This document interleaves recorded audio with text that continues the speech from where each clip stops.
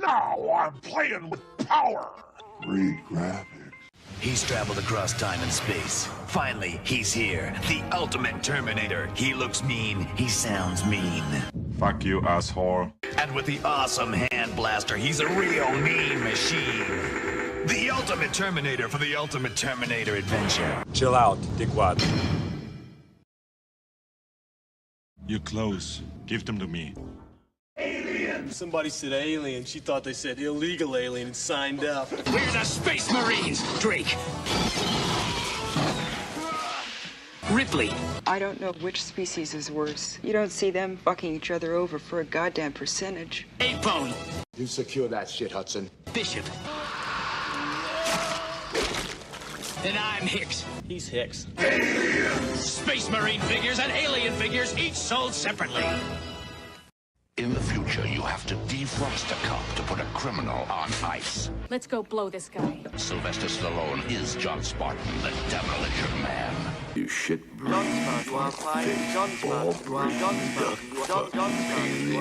The toughest cop in the 21st century. This is the Rapper. Wesley Snipes is cold-blooded Simon Phoenix. Hands up!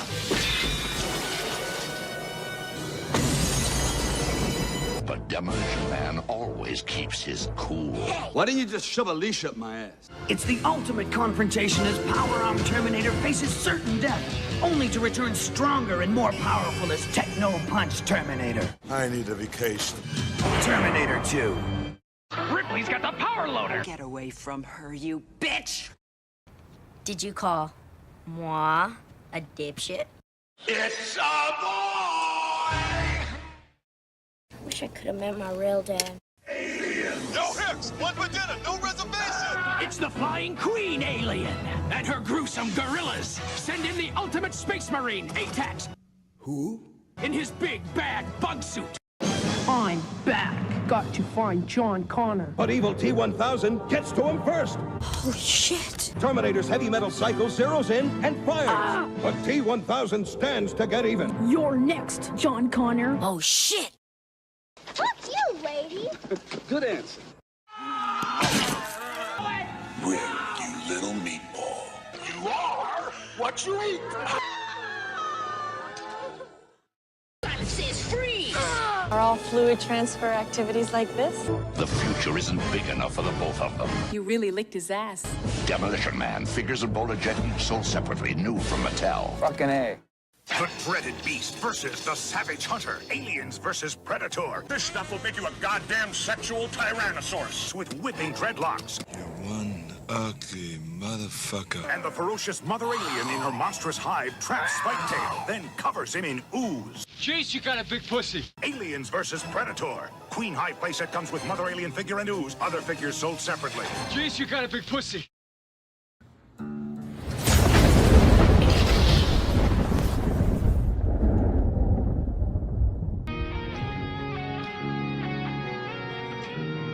It's like I was made for this. You look lonely. Absorb it. Let it wash over you. Any of you incels doing a 4chan Snyder cut motherfuckers want to get out of line now? Anybody? I think so.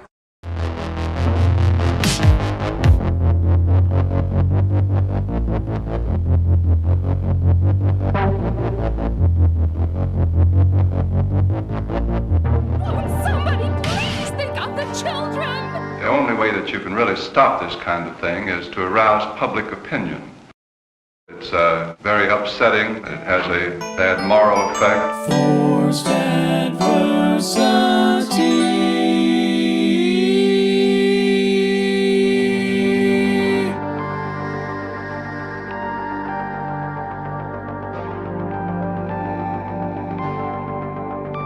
Ask yourself, what's more terrifying?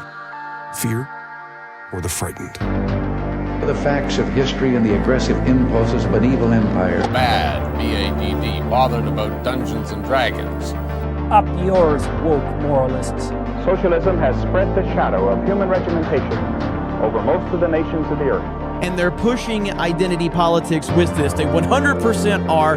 How do you think homosexuals reveal themselves? And the shadow is encroaching upon our own liberty. I think there ought to be a law against them. Tonight I'm going to show you why. Welcome to the FAP. Nancy used to do that for me. Handsy Nancy, I call. Hello, and welcome to the FAP. Nancy did not do that for me. Yeah. In 1 week, that's happening. But yeah, I mean, look, it's gonna suck. Prepare for that. But it may not suck in all the ways that we expect it to, and it may suck in worse ways than we don't expect it to. I don't know what I'm saying, but maybe Morgan does. It's gonna suck, but we're still here. Yep. Yeah, I mean, we'll maybe we won't be after next week. I don't know. You know, yeah. Keeping our mind in our P's and Q's and not criticizing the emperor and whatnot. We'll see what Bob of the old ways take is. It's gonna suck. Yeah, I mean, I agree. It's like, you know, the news already is giving me flashbacks to the fucking news cycles of the previous administration of his, you know, shit like this. Now, this might strike some viewers as harsh, but I believe everyone involved in this story should die. It would be nice. The laughter at the end indicates, in case there's any CIA or, you know, Secret Service watching, that this is humorous. It's supposed to be a joke. It is funny, as the humans say. That was all said in Minecraft. Legitimately, I don't want JD Vance to be president. You know what I mean? Yeah. And that's, well, I don't want Elon Musk to be president either, but that's the same thing. Be stuck with him. Yeah. We'll see. So to be vice president, do you have to be a natural born citizen? Yes. Yeah. Yes, you do. Okay.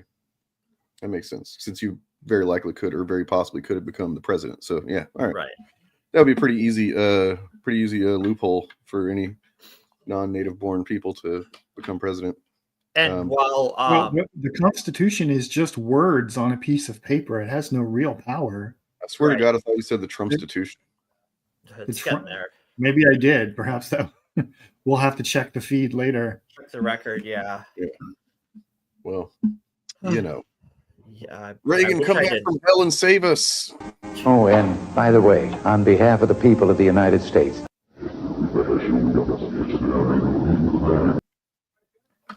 No, he's not going to save us. Be pretty funny. He comes back from hell and he's like just as fucking senile and shit as he was when he died. He's like, it's already confusing because I came back from hell, but also I still have severe Alzheimer's. Anyway. If you brought Reagan back from the dead and he still, like, because of the Alzheimer's, still thought he was president, that would create some very funny. A reality TV show. It would be. It would be. I feel like Reagan, if you brought him back from the dead and told him that Trump was president, would kind of just die again. Yeah. Well, he'd be like, that's Democrat? like the kind of thing. The Democrat. It's like that joke in Back to the Future where Marty says Ronald Reagan is the president in the 1980s, and everyone's like, "What? The actor? What are you talking about?" Right. I mean, it's also in Watchmen. You know, even though it wasn't Reagan, it was. It ended up being. It was a different actor. Nixon. No, it was after Nixon. It was after Nixon. Robert Redford. Yeah. Right. Because of Redfordations. Mm-hmm. Which, you know, restoration or Yeah. Reparations. Sorry, that's the word I was looking for. But yeah, they call it Redforations in the Watchmen show. Anyways, welcome to the FAP. We're fapping on fire. Yeah, it really itches down there. It's yes, I braved the flames to get here one time just for this stream. Literally. Yeah. Literally. For those watching who don't know, I do live in Los Angeles, and as of right now, I can see one of the fires from my porch. It's nowhere near me, and it's going in the opposite direction, but I could step outside right now and see one of the fires. This is footage from Bob's porch right here. You gonna be all right, Bob? You sure you got time for this podcast, man? I don't know. I did say the flames were nowhere near me. Oh, well. That's clearly, there's like at least 10 feet of space right there. One of those Right. retardant screen doors is what you got there. That's the power of the gay agenda, is it creates a force field that blocks allies from being burned. Yeah. Well, except for on Facebook. Well, yeah. Where everybody's going to be burned. Well, yeah, because Zuck is a worm, and the worm turns as the worm turns. I mean, I know this isn't the we're going to get into the fire thing. I just wanted to show this. Like, this is so fucking Weasley. Like, what it seems like is that he, being tech bro, and probably has had nothing like a social life, since he's been fucking rich. Right. That, not that he had a super healthy one before, because it was the guy, remember, that just wanted to create a site to rate chicks. Probably fat. They're probably fat. And not in the good way like we do. No, we don't. That's not fapping a chick. Forget it. But yeah, so he seems like he got into fucking MMA stuff and then was like, "Oh, dude, I'm an alpha bro now," and alpha, that's what I've been missing all this time. And so like he goes on Rogan, and he still looks like a fucking robot, like a broken one. He's great value data. This is the logic used for, is going to, probably be defending his nomination for Secretary of Defense on the Senate floor. And I think one of the points that he's made is that he thinks that women shouldn't be able to be in certain combat roles. And until we updated our policies, that wouldn't have been a thing that you could have said on our platforms, because it would call for the exclusion of a protected category of people. And it's like, okay. And we looked at this the other night, and a point I didn't really make because it just kind of evaded me with how stupid the whole thing is. It's just, that Pete Hegseth is not an elected anything at this point. He's nobody. So he would be going on the floor because he's been appointed to defend his ability to, be in the cabinet. And then just because this guy was appointed and then happened to mention some shit, you know what I mean? Happens to mention some shit. Yeah. Now that means that, it's been said on the floor of Congress. Yeah. I mean, it probably will be said during the confirmation hearings, but yeah, sure. Yeah. Fair point. I just think it's funny that Zuckerberg is trying to emulate the look of Caesar Augustus here with the hair. He really is. What the fuck? Do you guys? I don't know if you I'm guys not kidding. That's not a joke. I'm not kidding. He really is.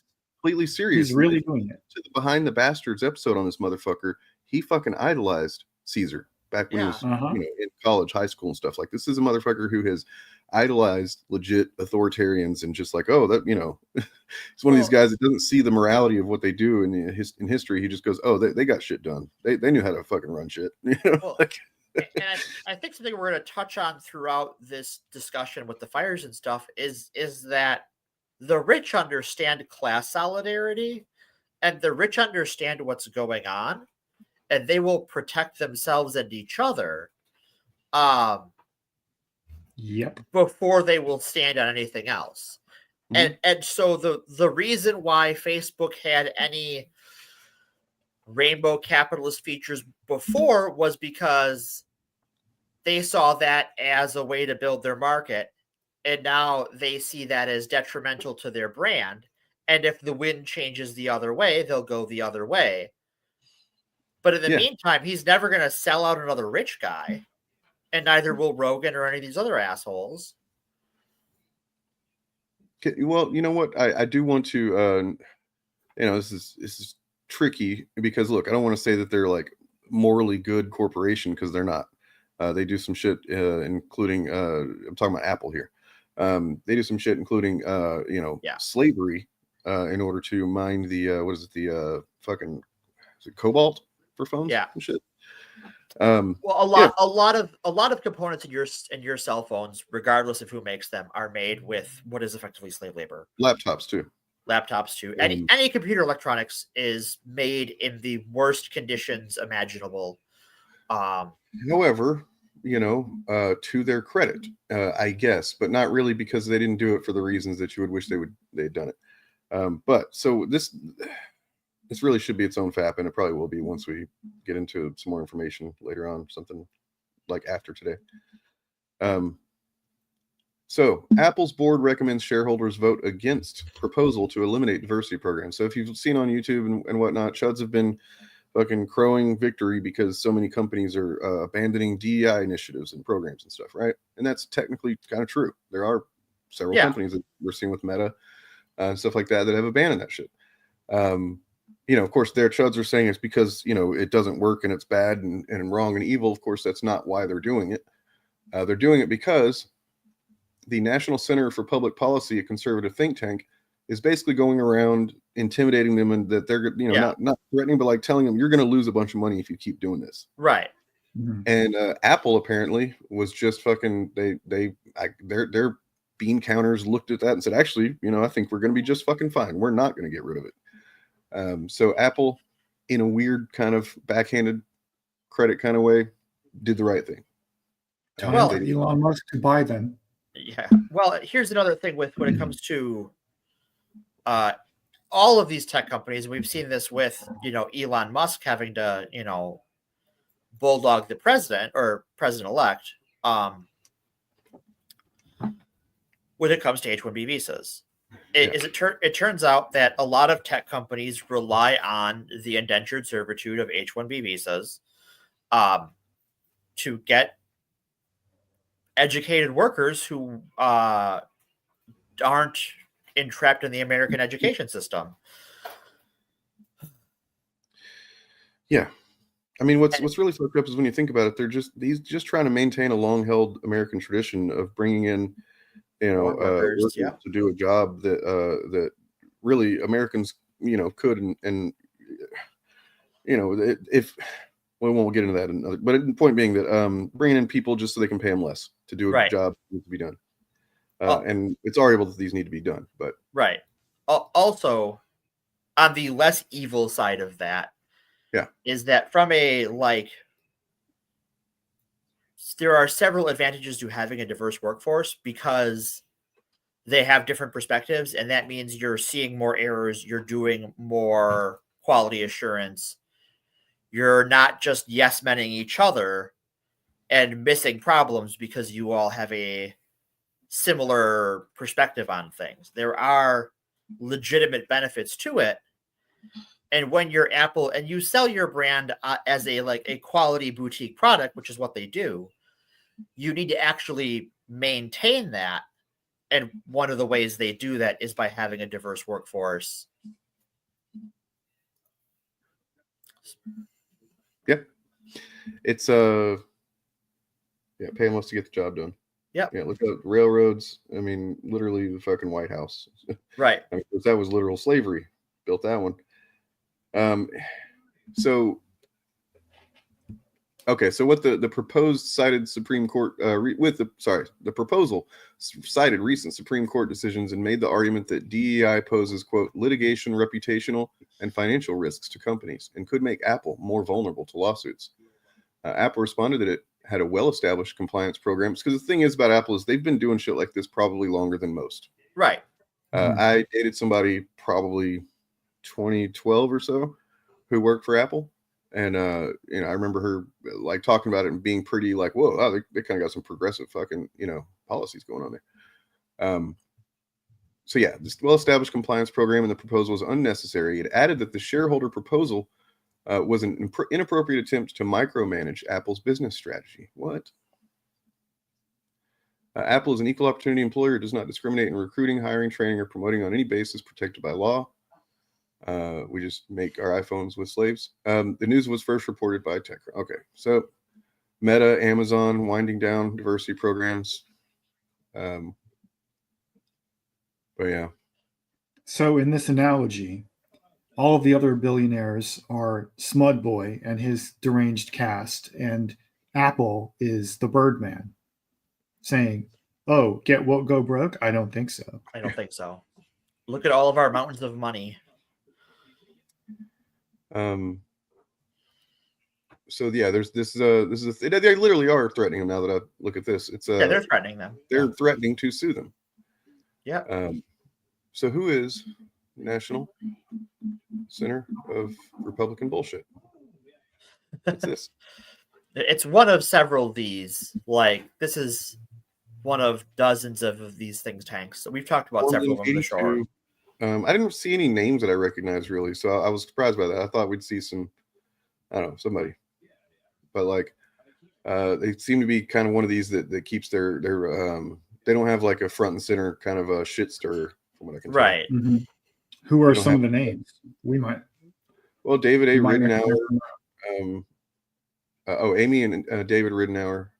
That's the CEO. Oh wait, so she passed in 2017. Her husband, David, is president. Who about the notable associates or staff and directors? Well, so just to know, so you know what they're doing, their work is in the areas of free markets, environmental and regulatory policy, retirement security, constitutional law, the First and Second Amendments, religious liberty, academic freedom, defense, and foreign affairs. Particular areas of interest include global warming denial, endangered species, energy policy, environmental justice, job growth, and economic prosperity, property rights, of course, legal reform, healthcare, Medicare reform, Social Security, civil rights, foreign, and every one of those. It's not stated explicitly, like it only is in a few of them, but they're on the wrong side of every one of those. They're a council of demons. Yeah. You know how some people want to make the world a better place, and some people are just like, nah. We want to make it a worse place so we can make a buck. So they're a member of the advisory board of Project 2025. So that tracks. There you go. That definitely tracks. They got their funding from, breakdown was 94% individuals, 4% from foundations, and less than 2% from corporations. But, was this like 94%? Is that like 90% of that is from the one Koch brother that's still alive? You know what I mean? Probably. Like it's, individuals probably means, some rich assholes. Cool. They lead up a group of Black conservatives. What's the word? I always forget what it is that you taught me, and I forget it every time. Morgan, the word for somebody that thinks they're gonna be safe in the new regime. Quisling. Quisling, yeah, it's a good word. Bunch of Quislings. Hey, we got a Wisconsin reference. There's the Bradley Foundation. Oh, cool. They're based out of Wisconsin. There's our Wisconsin's the villain once again. Anyway, so they've interviewed and been quoted on a variety of policy issues since '92 on Fox News, even on MSNBC's Hardball with Chris Matthews. What? But they're so left wing. No, they're not. I mean, they're not the New York Times. Let's be like, they're not that bad, but there's a lot of Iraq war apologia that was going on MSNBC for me to think of them as like anything more than Peter Schweizer, center left liberal. Let's see.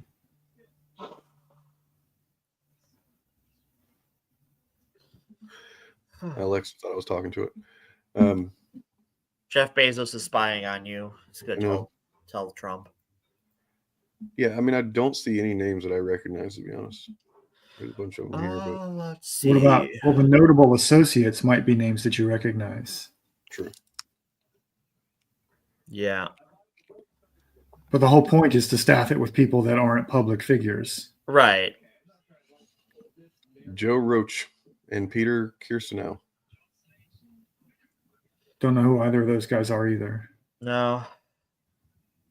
Oh, look. This is not the first time they've tried to do with dealing with these motherfuckers. They're like, they tried to force them in 2014 to disclose the cost of its sustainability programs. Crazy. Which Apple has dealt with these guys before. So that's why they're not scared of them. Right. Yeah. Well, and like part of Apple's sustainability program, as far as I understand it, is their like phone recycling program, which is just cost recovery. Here's a name. Disgraced lobbyist Jack Abramoff. Jack Abramoff. Oh, there's a name we haven't heard in a minute. He resigned in 2004 after the board concluded that he violated organization's conflict of interest policy. Well, yeah.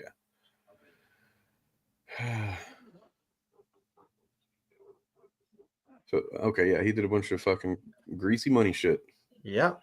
All right. Well, there you go. So that's who these guys are actively, and I would imagine if we look into, I forget the name of the legal group that was formed post first Trump administration, headed up by that vampire Stephen Miller. He's got a law group that they specifically focus on. They're a little bit more heavy-handed, and he's of course out front being a vampire with all of it. But like they do basically the same thing. They're going around throwing lawsuits at companies for hiring a woman instead of a man or whatever. Like, and there's a whole. This isn't something natural that occurs. These are think tanks and funded by fucking billionaires most likely. And sorry, go ahead. Yeah, well, that's what I was going to say. There's a whole ecosystem in Washington D.C. of think tanks that are just fronts for conservative, rich white people. Yeah. To throw their money around and throw their weight around with politicians. And they've been doing it for 50 fucking years. Yeah. I mean, the Rand Corporation goes back to what, the 60s? Yeah. But I mean, like, I mean, like, think tanks that have very neutral sounding names, like the National Center for Public Policy Research, that when you hear it, you don't think, ooh, that's a fascist front. It just sounds like innocuous. The group for fascist evil bullshit. Like, yeah, your back. It's not like this is why the Legion of Doom was kind of a silly concept because it's a little on the nose there. They wouldn't have called themselves the Legion of Doom. Right. It's the Brotherhood of the Evil Mutants thing, right? Like, yeah. It's a little on the nose, Magneto. Were you high? Have you ever heard the in-canon explanation for that? Why he said that he named it that? No. There is one. It's a little bit of a stretch, but I kind of get what they were trying to do. Basically, that he said that he didn't want, or that he knew that people considered mutants, or the people that were going to consider mutants evil already did. And so he figured that he might as well make sure that they know what their intentions are and that these are not the nice mutants, these, and almost in a way to distinguish it from the rest of mutants so people would not blame them for the terrorist shit he was about to get up to. Yeah. So it was irony. Yeah. He's saying, we're the evil mutants. It's like the, what is it? The Church of Satan? Is that what it is? Right. Yeah. Okay. Yeah. All right. But yeah. Anyway, there's that. And then there's fires going on. Yeah, the world's on fire again. And I was reading about Gavin Newsom because haven't followed his actual governance career very closely at all, but I've seen him on shows and stuff like that, and he's an affable, seemingly smart guy that I appreciated his debate with DeSantis. He kind of fucking stomped his ass. I don't even know what DeSantis was thinking there. But now I understand that he's a kind of a shitbag in other respects. But he did create a website to dispel misinformation. Mm-hmm. So just wanted to say before we go into any of that we are not fucking like, ooh, Newsom's our man. You know what I mean? But he is, as far as I can tell, generally factual. And I think when it comes to fighting this fire, I have no reason to believe that he's not actually trying to do it to the best of his ability with his resources. He's a standard Democrat, right? In the good ways as well as the bad ways. Bad ways, yeah. Because he's been involved in a lot of the anti-homeless, anti-poor propositions in California. He ran on instituting universal health care in California and then didn't even mention it again after he got elected. So yeah, standard Democrat shit. But he's a good debater. He's a very good debater, and he's on the policies you would expect standard Democrats to be good on. He's very good on them. So like reproductive rights, LGBTQ rights, he's pretty good. Civil rights for people of color, he's pretty good. Environmental stuff, climate change, he's really good. But don't ask him to turn down corporate donations. No, he will slurp those up. Slurpy, slurp, slurp. Mm-hmm. I'm just looking at our... okay, let's look at this one. This seems like a really good spot to check out some misinformation on Matt Walsh's Twitter. Oh, boy. That's not just Matt Walsh. That is noted child genital enthusiast Matt Walsh. True. It's not the one that was just on the podcast right now. the Necro Goblicon podcast, which was Upright Citizens Brigade's Matt Walsh, who, whenever he came on, he's the Goblin host, John Goblicon. He's like, I was looking you up on Google, and I was like, this guy's not funny at all. And he was like, yeah, there's that other Matt Walsh. He's kind of got in the algorithm there, and he comes up first now. He's like, but I'm the good one. I'm not the evil one. He's like, right. Oh. That's why we have to talk about there are two Matt Walshes, one of which is a child genital enthusiast. Yeah. 1 second. I'm turning my camera off for a second. But yeah, only men should be firefighters. We all know this. It's a job that men are uniquely qualified to perform. There are few women on the face of the earth who can carry a full-grown man to safety. LA set out to deliberately reduce the number of male firefighters, a suicidal policy. Hey, you know what? There are very few men on the face of the earth who can carry a full-grown man to safety. True. Including Matt Walsh. Yeah, right. Not to mention the fact that he's acting like every full-grown man is like some big burly fucking 6'2". Yeah, and he's literally built like a twink. Right. Yeah. He's like, I've known women that could probably just like throw him over their shoulders, to be honest. I know personally some women who could. Yeah. But hey, it gets worse. He goes on to say worse shit. So here's this. I don't know what the point of this. Okay, it's only 5% of working firefighters. Well, let's watch this first. Let me reshare so I can have audio. See, if Matt Walsh thinks watching Sonic 3 was torture, I want to make him watch Sonic 3 over and over and over again. Okay. If I have to carry. Let's go back here. And you guys heard that okay? Yeah. You want to see somebody that responds to your house, your emergency, whether it's a medical call or a fire call, that looks like you. It gives that person a little bit more ease, knowing that somebody might understand their situation better. Is she strong enough to do this? Or you couldn't carry my husband out of a fire, which my response is, he got himself in the wrong place if I have to carry him out of a fire. You want to see somebody that responds to you. All right. Okay. To be fair, that wasn't a great response. No. So yeah, let's see if this not a is great response. There. But this is a classic example of nut picking. Yeah. Of course, the but assistant she's fire. So like this is actually a really good example, the firefighter situation, because it applies to pretty much anything where this is the discussion of like, can women do the jobs of men or whatever. It's like they've literally done the same training to become a firefighter, meaning like, I don't know if you guys have ever seen, I'm sure some of you have, like in my hometown, there's a firefighter practice course kind of thing. Yeah. There's like this, they built this, cement building that's all kind of bombed out and shit so they could practice carrying fucking, real life weight dummies and stuff like that up and down. And like, by the way, to carry people, they don't just like carry them with their hands often. There's like, they have like devices that they can harness. Tools. It's fucking ridiculous. They're just grabbing with their hands and literally throwing them over their shoulders. But yeah, these women have done the same training, gotten all the same certifications, gotten passed all the same tests. And if they didn't, then they like, wouldn't be firefighters. They're also women who are willing to fucking do what firefighters need to do, which is not something most people are willing to do. Yeah, so every one of them is braver than Matt Walsh. Right.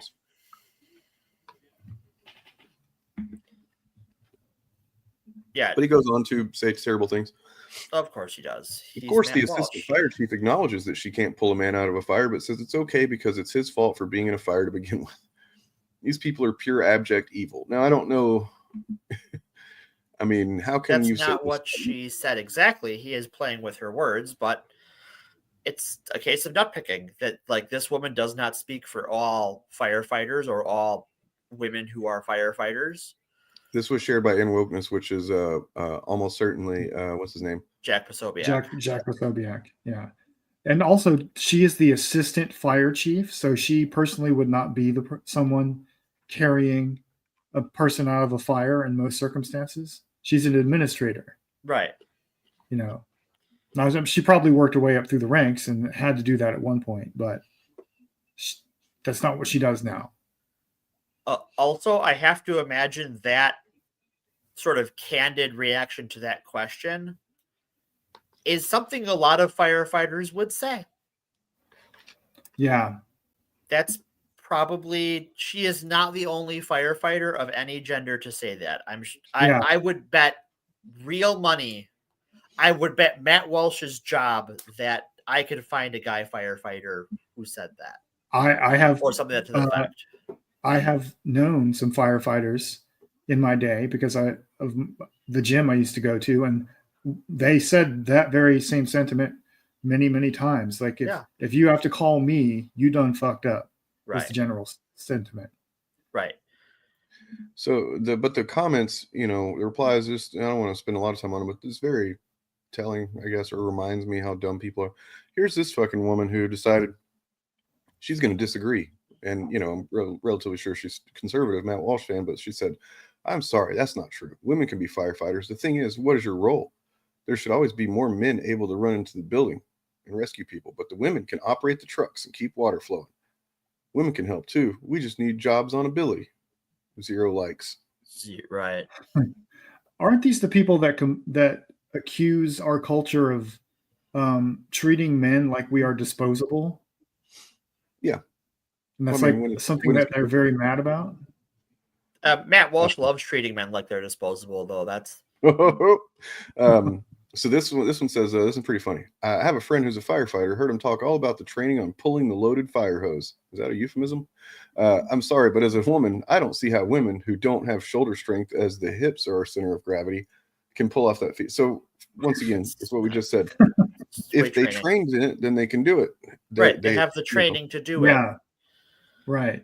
And tell me you've never worked out without saying you've never worked out. Not once in their life. Yeah.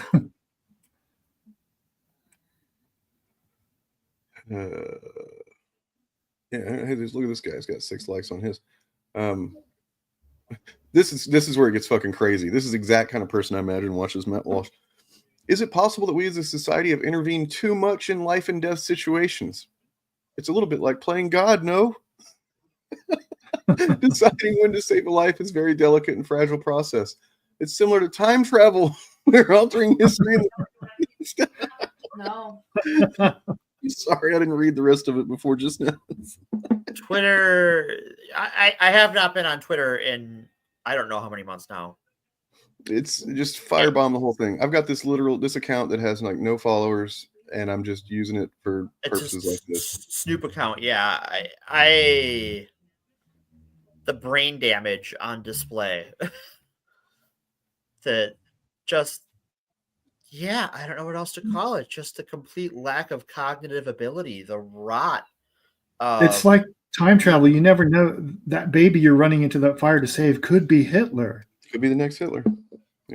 So just don't save babies that are burning. Let the babies burn. Let the babies burn. The pro-life community, ladies and gentlemen.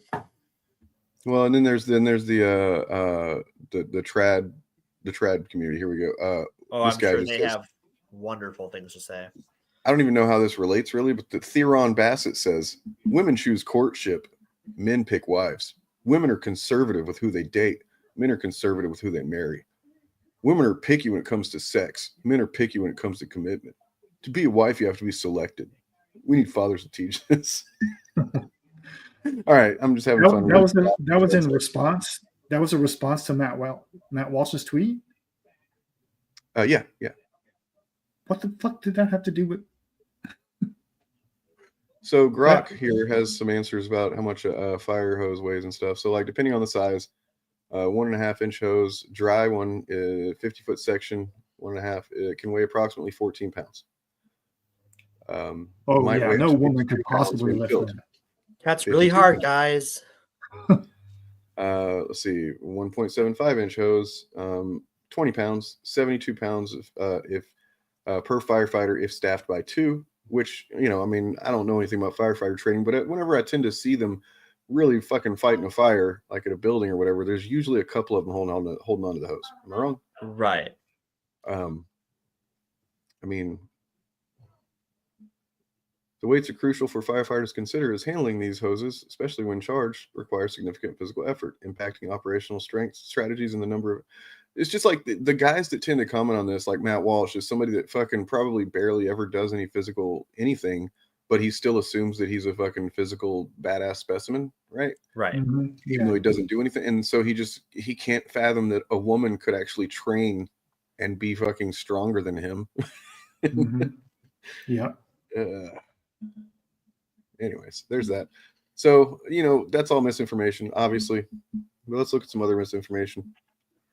And then we'll look at some not misinformation. So right here, apparently Whitney Cummings is, I guess, the new fire department. I don't know. People are messaging her, texting her, saying there are people trying to put gasoline in sewers. It's happening all over. Her neighbors caught a guy setting more fires on the back of our hill. It's happening all over. Oh, Jesus Christ. Okay, so Walt. Now, I want to point out the story that her neighbors caught a guy setting more fires on the back of our hill. That could be controlling. Is true Controlled if she burn. lives in the neighborhood that I'm thinking of, because there was a guy, one guy, arrested near one of the fires on suspicion of arson, and he was detained under citizen's arrest by the people in that neighborhood. So it is possible that she lives in that neighborhood. Sure. Isn't it also possible? Like, I'm pretty sure they do very controlled burns to like create a boundary for the fire, right? Like if they you do, burn, but this was a guy this guy was arrested. He did have apparently had like stuff to. I shared an article from Newsweek about it in the Discord, and I saw it. So this is an example of like something that is sort of true getting exaggerated by like people saying, "Oh, it's not climate change. It's the the mole men in the sewers with the gasoline."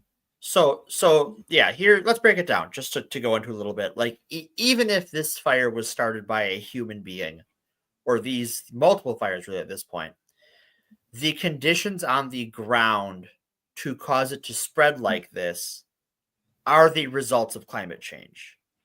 We should be in the middle of our Climate change did not just right. Go ahead, Bob. Yeah, go ahead, Bob. Yeah, in Los Angeles, we should be in the middle of our wet season right now, and we're not. It's still as dry as it was in summer. Right. So we had an excessively wet season last year because the atmosphere is hotter; it can hold more moisture. So that led to a lot of flooding last year, but it also led to exponential vegetation growth. And then this year, we had a drought because of climate change. And that extended the dry season from summer into winter, and all of that vegetation that sprouted up dried out and died. And that caused the fire to spread more quickly, along with the winds being, the Santa Ana winds being stronger than usual. Right. So it's like, even if they get to the root cause of this and, some idiot was in the woods, made a campfire or whatever, and it got out of control, that it got out of control is a product of climate change. Well, unfortunately, I guess fortunately, apparently some people were under the impression that the Hollywood sign burned. It didn't. This is wish. Like this, but I am sad to report that the Hollywood sign catch fire. Sorry for all of you that never got to see it in real life, but it's gone now. What did you? Have you guys watched BoJack Horseman? Yeah, once or twice. The D goes away, so it becomes Hollywood, and it just remains that way for the rest of the show. Yeah. Yep. Good stuff. Was it The Tick, where a villain tried to carve his name in the moon, and then they stopped him, and then every episode after that, Moon still had the part of his name that he managed to get there was still on the moon. Come on, Byron. It doesn't. That's the joke. That's the joke. It's fake. It's fake. It's a fake. Do I even have that still? You gotta have a Romulan senator. Come on. He's the third host. I don't think I do that here. Jesus Christ, what's wrong? Wait. It's a fake. I miss that guy. Well, I mean, I did have a backup just in case. Like, if that one wasn't going to work, I could have went ahead and dropped. Where's it at? Well, shit. Maybe I don't have this one. Yeah, Garrick had nothing to do with his death. It's false. No way. Not this time. It's totally made up. Pure fiction. It's fiction. It's fiction. Total fabrication. It never happened. It never happened. This one was invented by a writer. Not this time. It never happened. Not a chance. Not this time. It never happened. It never happened. So I was trying to eat some more. It's okay. Nothing wrong with that. And I will make it a threesome. Wow. Thanks, Worf. Thanks, Worf. Thanks, Worf. His name is Senator Vreenak. Mr. Garrick had nothing to do with his death. No, of course not. Why would he even? No. Mr. Garrick is just he's a humble tailor. He's a simple tailor, really. Yeah, I don't know why anyone would think Garrick had anything to do with his death. He's, just a very heteronormative Cardassian tailor. We had back-to-back Simpsons references right before that. I just didn't call it out because somebody said Hans Moleman, and then I said that's the joke. Right. Now we got to get in some Star Wars references, and we'll be good. We'll hit the trifecta. Yeah. It's a trap. Your mother. Hello there. I hate sand. So one of these. I do what I can. All right, get out, Dan. You're canceled. We are stupid humans. That is true. We are stupid humans. We're going to fire you from your own show. Yeah. What? Yep. Yeah, that's no good. Don't do that. So, anyways, how you guys doing? Should we? Are we going to talk about the people, all the people screaming that the fires were caused by DEI? Yeah. Yeah, I probably should do that. I mean, I guess so. Like, guys, so we were talking about this with Eric Bunks and stuff, and he's frustrated because he's like, guys, I don't want to fucking make a bunch of videos every day about how Nerdrotic is lying about the fires and shit. Right. He's like, you don't have to. So on the Shillcast, if we don't even really talk about it. We can just do a quick segment where we'll be like, new segment is Nerdrotic lying about the fires. Yes. We move on.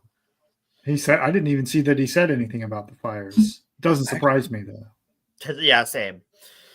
I can even guess what it was. Let me guess. He says that because the LA Fire Department is run by women, therefore the fires happened. Or of course. Yeah, okay. So here's a fun fact. I was listening to a Leisha Miller video earlier today, and of the 20-some people in leadership roles in the LA Fire Department, 3 of them are women. Mm-hmm.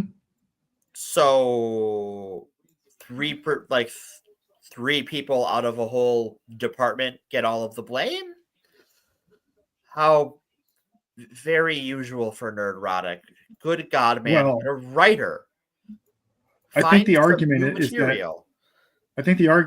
is that they diverted resources that would have been otherwise well spent on fire prevention and diverted them to training these women who will never be able to do the job anyway. So it was a waste of money or something. I know where that money went, and it was the LA County and the city of LA gave it to the cops. Yeah. Not to training women firefighters. They gave it to the police to round up more homeless people. Yeah. I shared a budget breakdown that was circulated by the city comptroller, Kenneth Mejia. Yeah. I don't know how to say his last name. Mejia. Showing the LAPD budget compared to every other department of Los Angeles city government. And it is not cool. It is insane how much money we spend on militarizing our police force. It's money that we could spend to solve the problems that they're paying the police to not solve. For the amount of money the LAPD gets, I expect to see them out there fighting some fucking fires. Right. Where are they in all this? Mm-hmm. Oh, nowhere. Oh, well, they caught like a looter, I guess. I saw there was some news article. They caught they caught a looter. A looter, yeah. Well, they arrested that guy in Whitney Cummings' neighborhood. I mean, that's two. They weren't totally useless. That's not totally useless. So yeah, looking at this article here, could be the most costliest wildfire event in history. Well, that seems kind of given. Yeah. The most expensive wildfire season on record was $30 billion in 2018. I remember that one. This included the most destructive wildfire on record, the November Camp Fire, which devastated Paradise, California, killing 85 and destroying 1,880 buildings. I'm sorry, 18,800 buildings. That cost $20 billion. Okay. So more than that is a lot. So here's another part of this that is going to become a recurring problem. So this is an unseasonably dry time of year. It's unseasonably dry in California right now. It's led to these wildfires.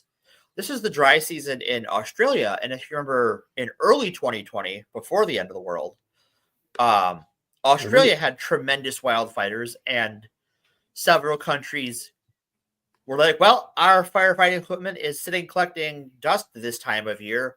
We're going to lend it to you to contain your fires. And now that can't happen. We are no longer in a world where we can divert those resources as easily. And on top of budget cuts and stuff, there's just everyone's going to be fighting their own fires, and it's going to make it harder to share resources. Yeah. Another little known fact, the cities of Los Angeles and San Diego have been out of water for several years, and been buying it from a billionaire family who owns all the land rights. Look, so here this demonstrates perfectly the drought situation. Mm-hmm. Yeah. So these are two Santa Ana wind events, as in like the Santa Ana winds hit some fire and took that shit. That's crazy. And yeah, there's like that's insane. Like, so what is that? How many years is that? 14. 14. Thank you. Whoa. Yeah. Just whoa. Mm-hmm.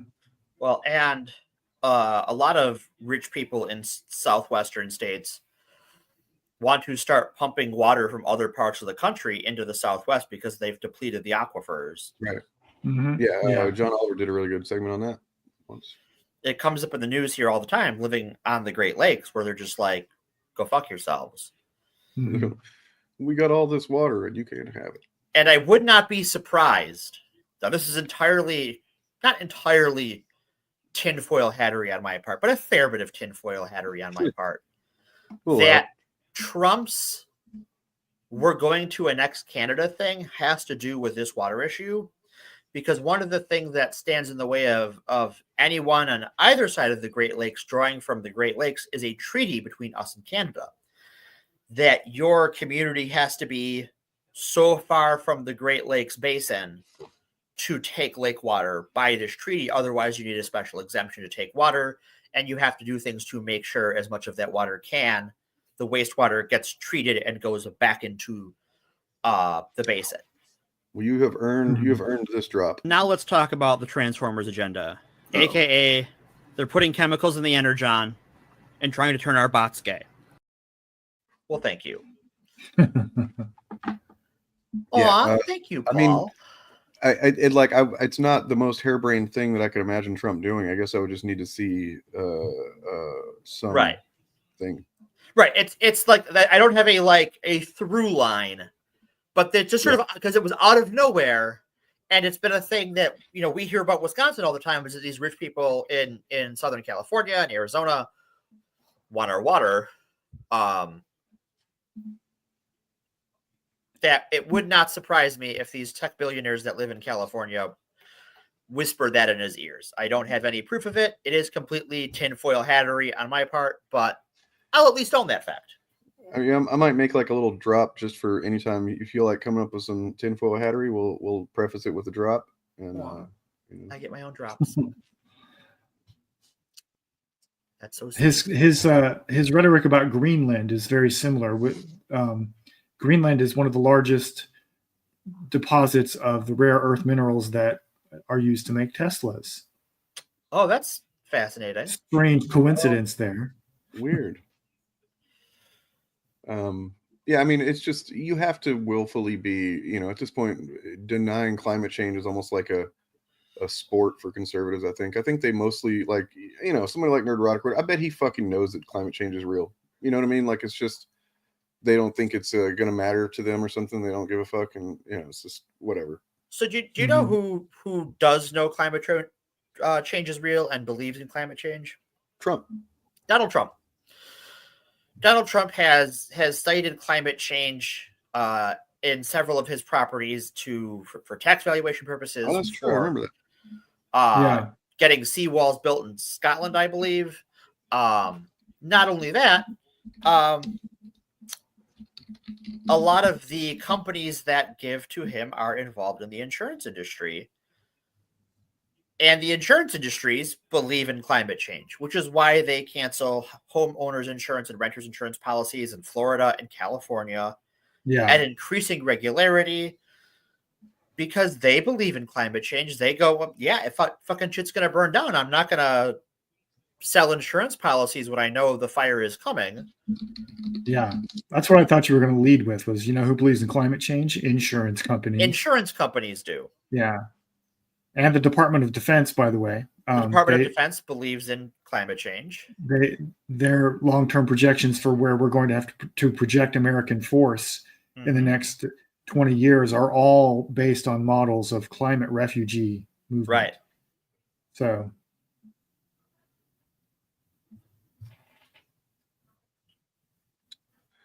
Yeah. Cool. Okay. I'm starting to think he's going to be bad for the country. Just figure that out now. I mean, look, whenever something seems too smart for Trump, it's because it is, but he's got people that tell him stuff, and he trusts those people. Yeah, right. The problem with Trump being president isn't really just Trump in a vacuum. It's that Trump is completely corrupt, completely corruptible, open to any suggestion that comes with a fucking, envelope with some bills in it. Right. I think... So I want to say, I do think the biggest mistake any progressive movement can make is assuming that the other side is stupid. Right. Never assume your enemy is stupid. Yeah. I don't know that I would. Yeah, I don't know that I would describe Trump as well educated, but he is very clever. He's true. Yeah. I mean, very cunning. And he's very smart at the things he needs to be smart at to be successful at the schemes he wants to pull off. Right. And he surrounds himself with people who will. Yeah. That's the thing. He's smart enough to know he needs to surround himself with people who are smarter than him to get what he wants. Right. And to his credit, that's the whole Biden administration. Biden didn't do anything as president. Biden picked a bunch of people who could do the job, and they just did the job. Yeah, I mean that's why mostly why I voted for him. Right, and that's why I would have voted for him again. Is because I mean every president does that to an extent. Right, you have to. It turns out the federal government is a huge bureaucracy. But I mean, I would have voted harder for Biden the second time, to be honest, because of the fact that he'd shown in the previous 4 years that he's perfectly, willing to just delegate processes and policies and stuff like that to the right people generally. And I mean, I don't think he's making all these fucking decisions. I mean, especially sundowning at 3 p.m. and shit. Anyway, but also Trump is this is Trump too, just so you know.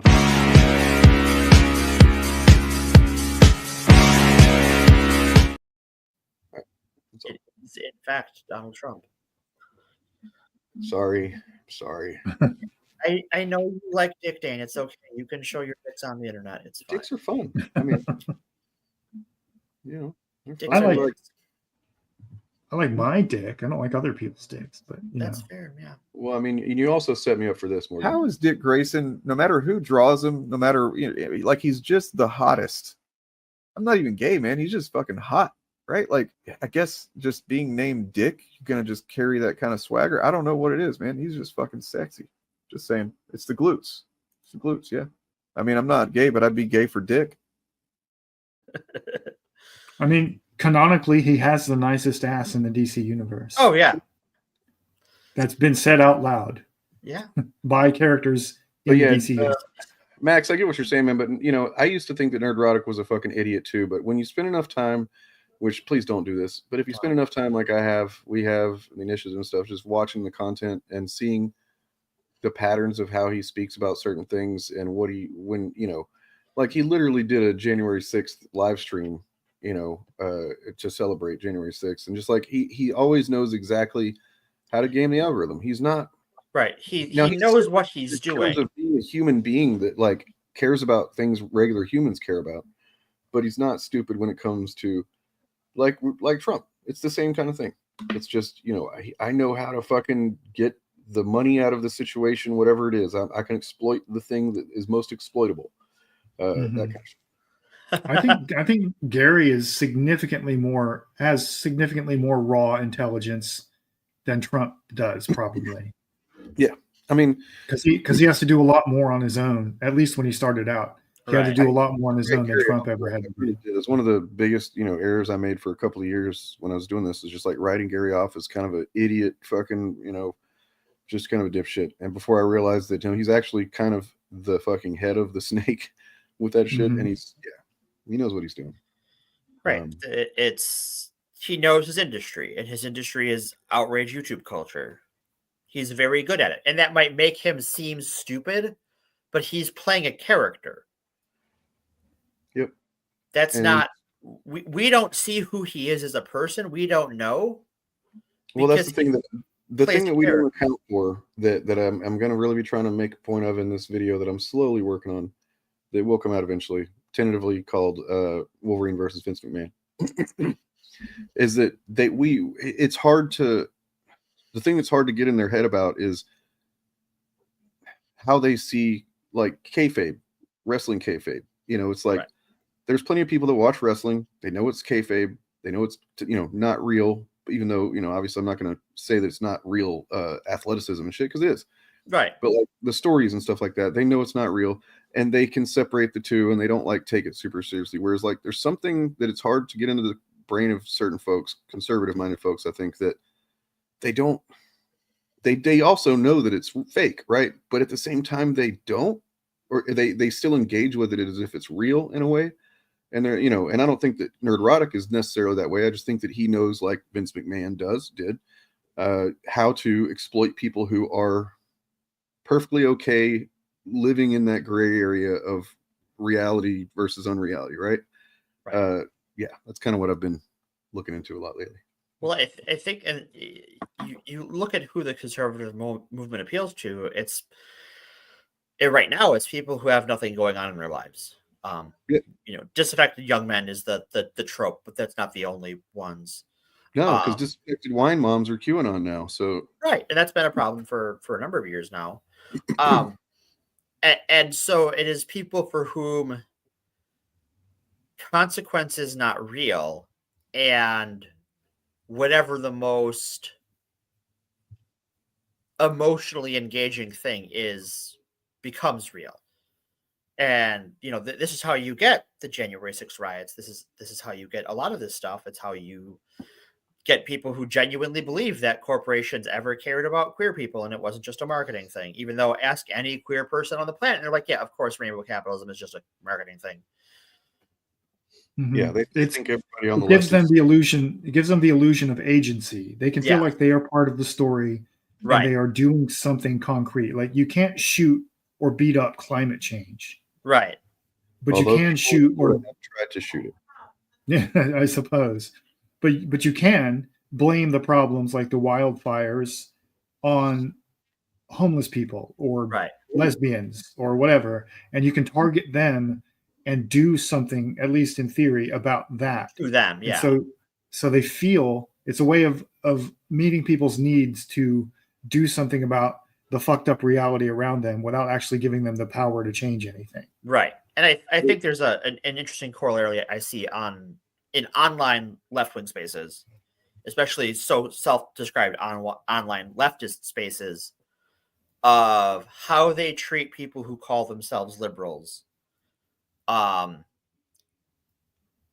It's the same sort of, we can bully those people because they're wrong, even though those are your allies. And if you ask them what they think on certain topics, they broadly agree with you. It's just that they use the wrong word, and that's a word that is a dirty word in your space, but not in theirs.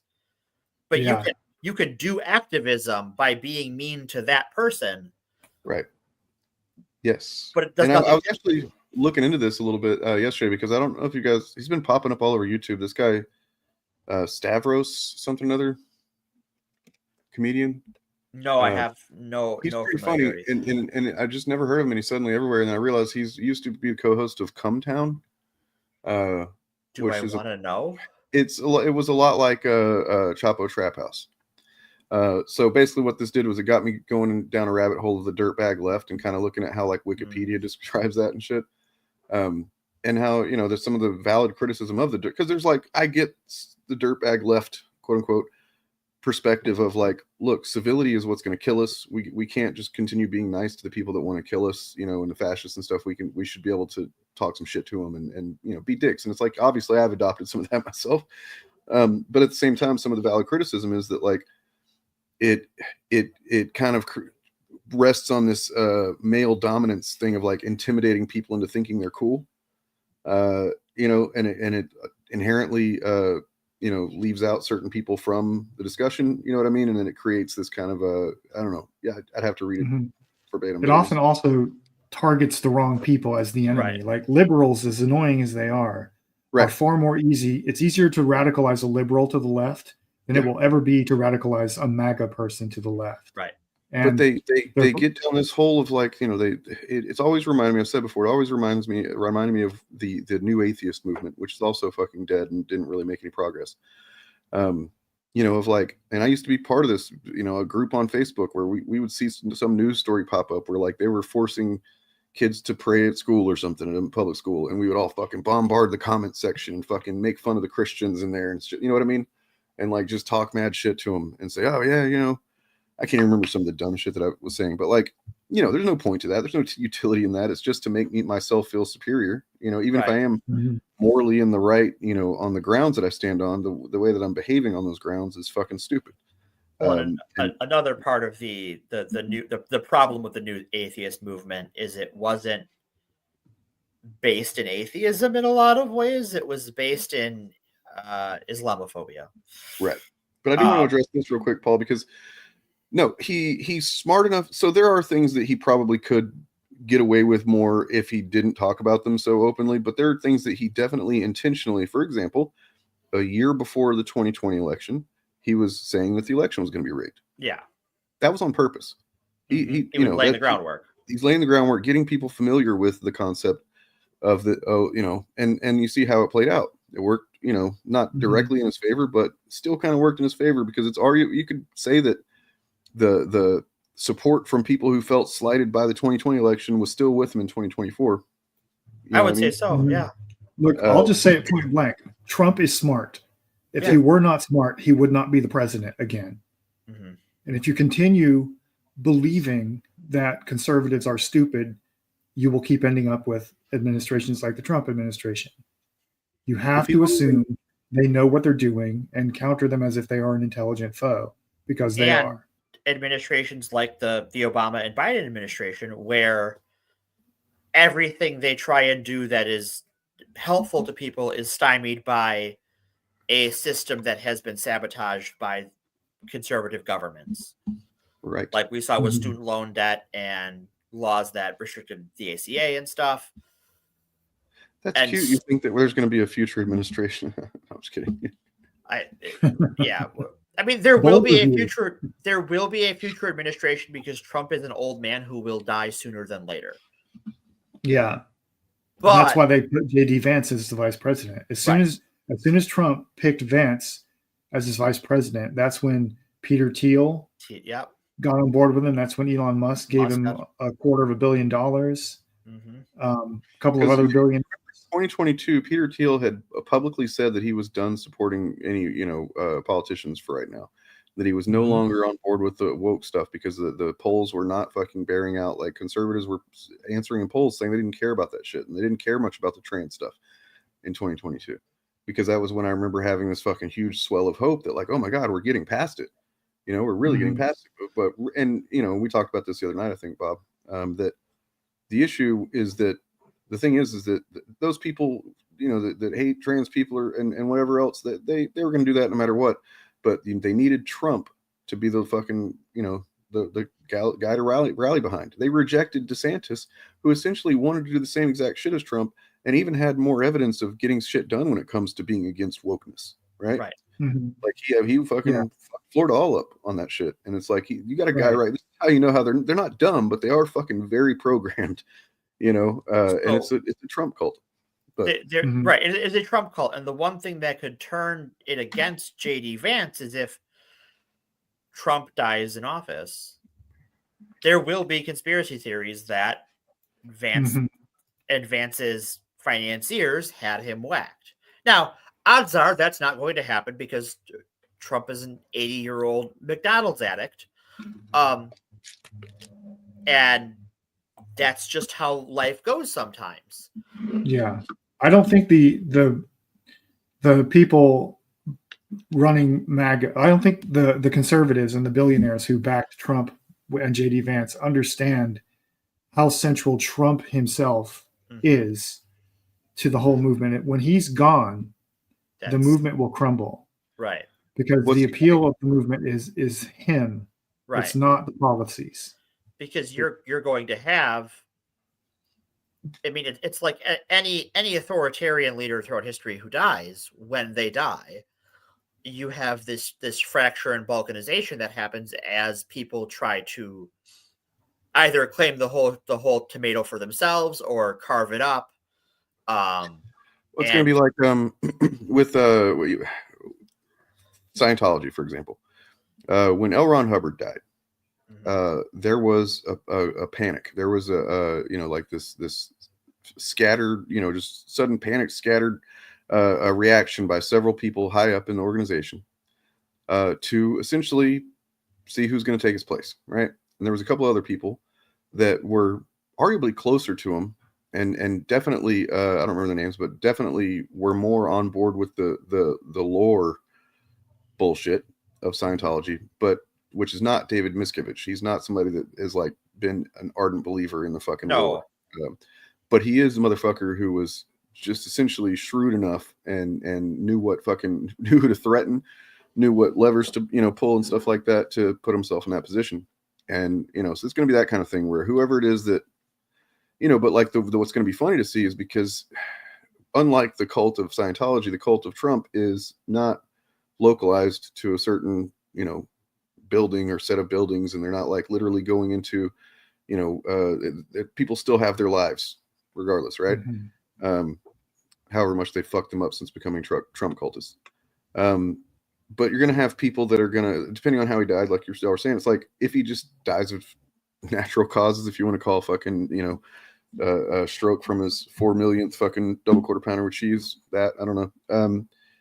But they're going to be people that think he was killed because that's just the kind of movement they fucking cultivated. There's going to be people that think he was fucking assassinated. There's going to be people that think that. So if JD Vance does take over, if he's still in office when that happens, JD Vance becomes president, then anything that he does from that point on, any decision he makes, whatever he does, you're going to have a certain segment of people that are going to think, well, he's the guy that was chosen by Trump, and so we have to follow him. Then you're going to have this other segment that are going to just like, think that they know what Trump would have done instead.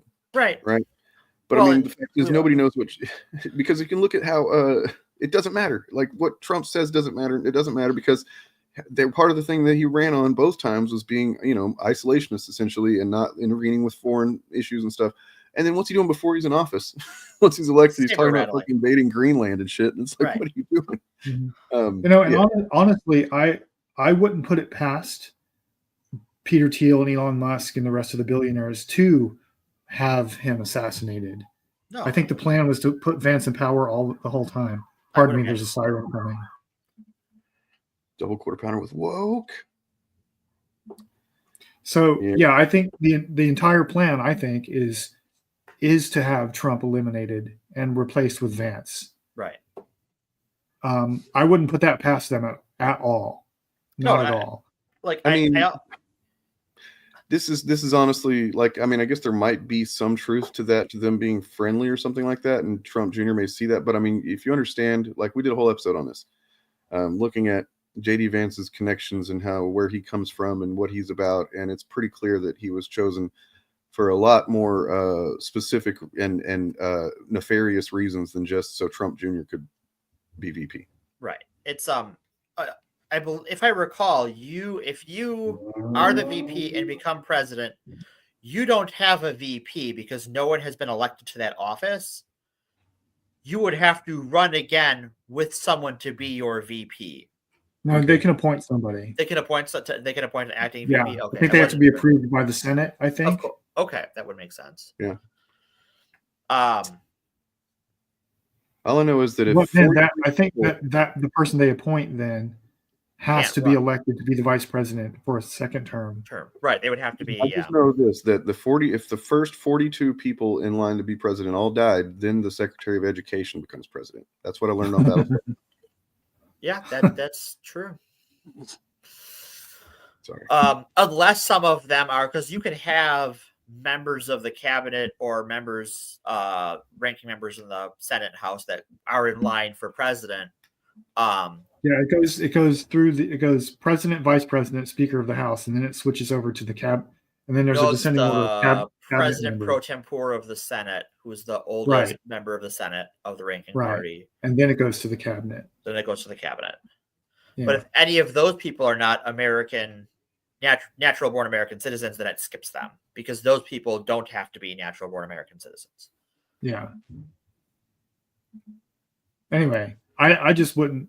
It will not surprise me at all if Trump dies in office under mysterious circumstances.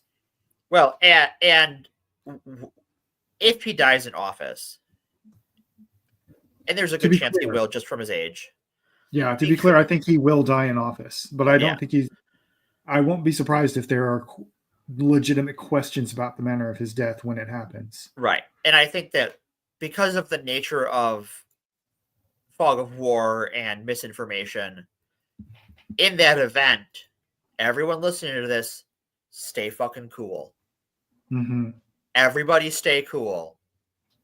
Nobody go out posting their conspiracy theories. Don't start believing conspiracies because all you know is he's dead.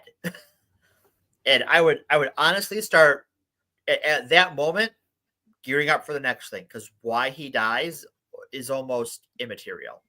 Yeah, that's why they've been scrambling that's why Project 2025 exists. They want to consolidate power as quickly as they can so that when Trump dies and the movement falls apart, they will still have the levers of power they won't in their hands anyway, and then it won't matter. Yeah. Right. Well, let's be real, Harlan. The vice president is normally incredibly quiet when it's not an election year. Yeah. That might be the most normal thing going on right now is that JD Vance has nothing to say on anything because they typically once the election happens, they typically keep them separated. Yeah. And they keep the vice president under wraps in the event that the president-elect gets killed or something. Right. Yeah, there's both security reasons for that and just normal procedural things. Think about how much we heard from Kamala while she was vice president. And we heard from her more than we heard from any vice president living memory because we had a tied Senate for most of Biden's term, and she was casting a lot of tiebreakers, which is the one job the vice president has. Yeah. The one active job besides just being a member of the president's that does cabinet. lead me to I was looking at an article, I think it was on The Intercept maybe. Maybe if you guys wanted to talk about it, but there's no point really. It's just kind of Monday, we're Friday morning quarterbacking at this point. Sure. There was so much effort. Like they really fucking the Biden team. Oh my God, they made a lot of really silly choices in trying to keep him insulated. And and things that were reminding me of what they said about Trump and his administration, like they were not letting him read bad news about himself, shit like that. And it's like, oh, what the fuck are y'all doing, man? But as much as I like a lot of his policies, I think the mistake was running him as president in the first place. Yeah.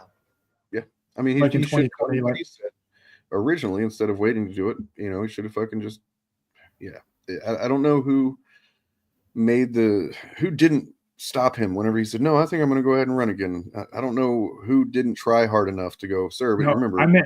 I meant in 2020, when the party like rat fucked Bernie Sanders in order to, when Barack Obama specifically in both 2016 and 2020 rat fucked the Bernie Sanders movement in order to get either Hillary Clinton or Joe Biden the nomination.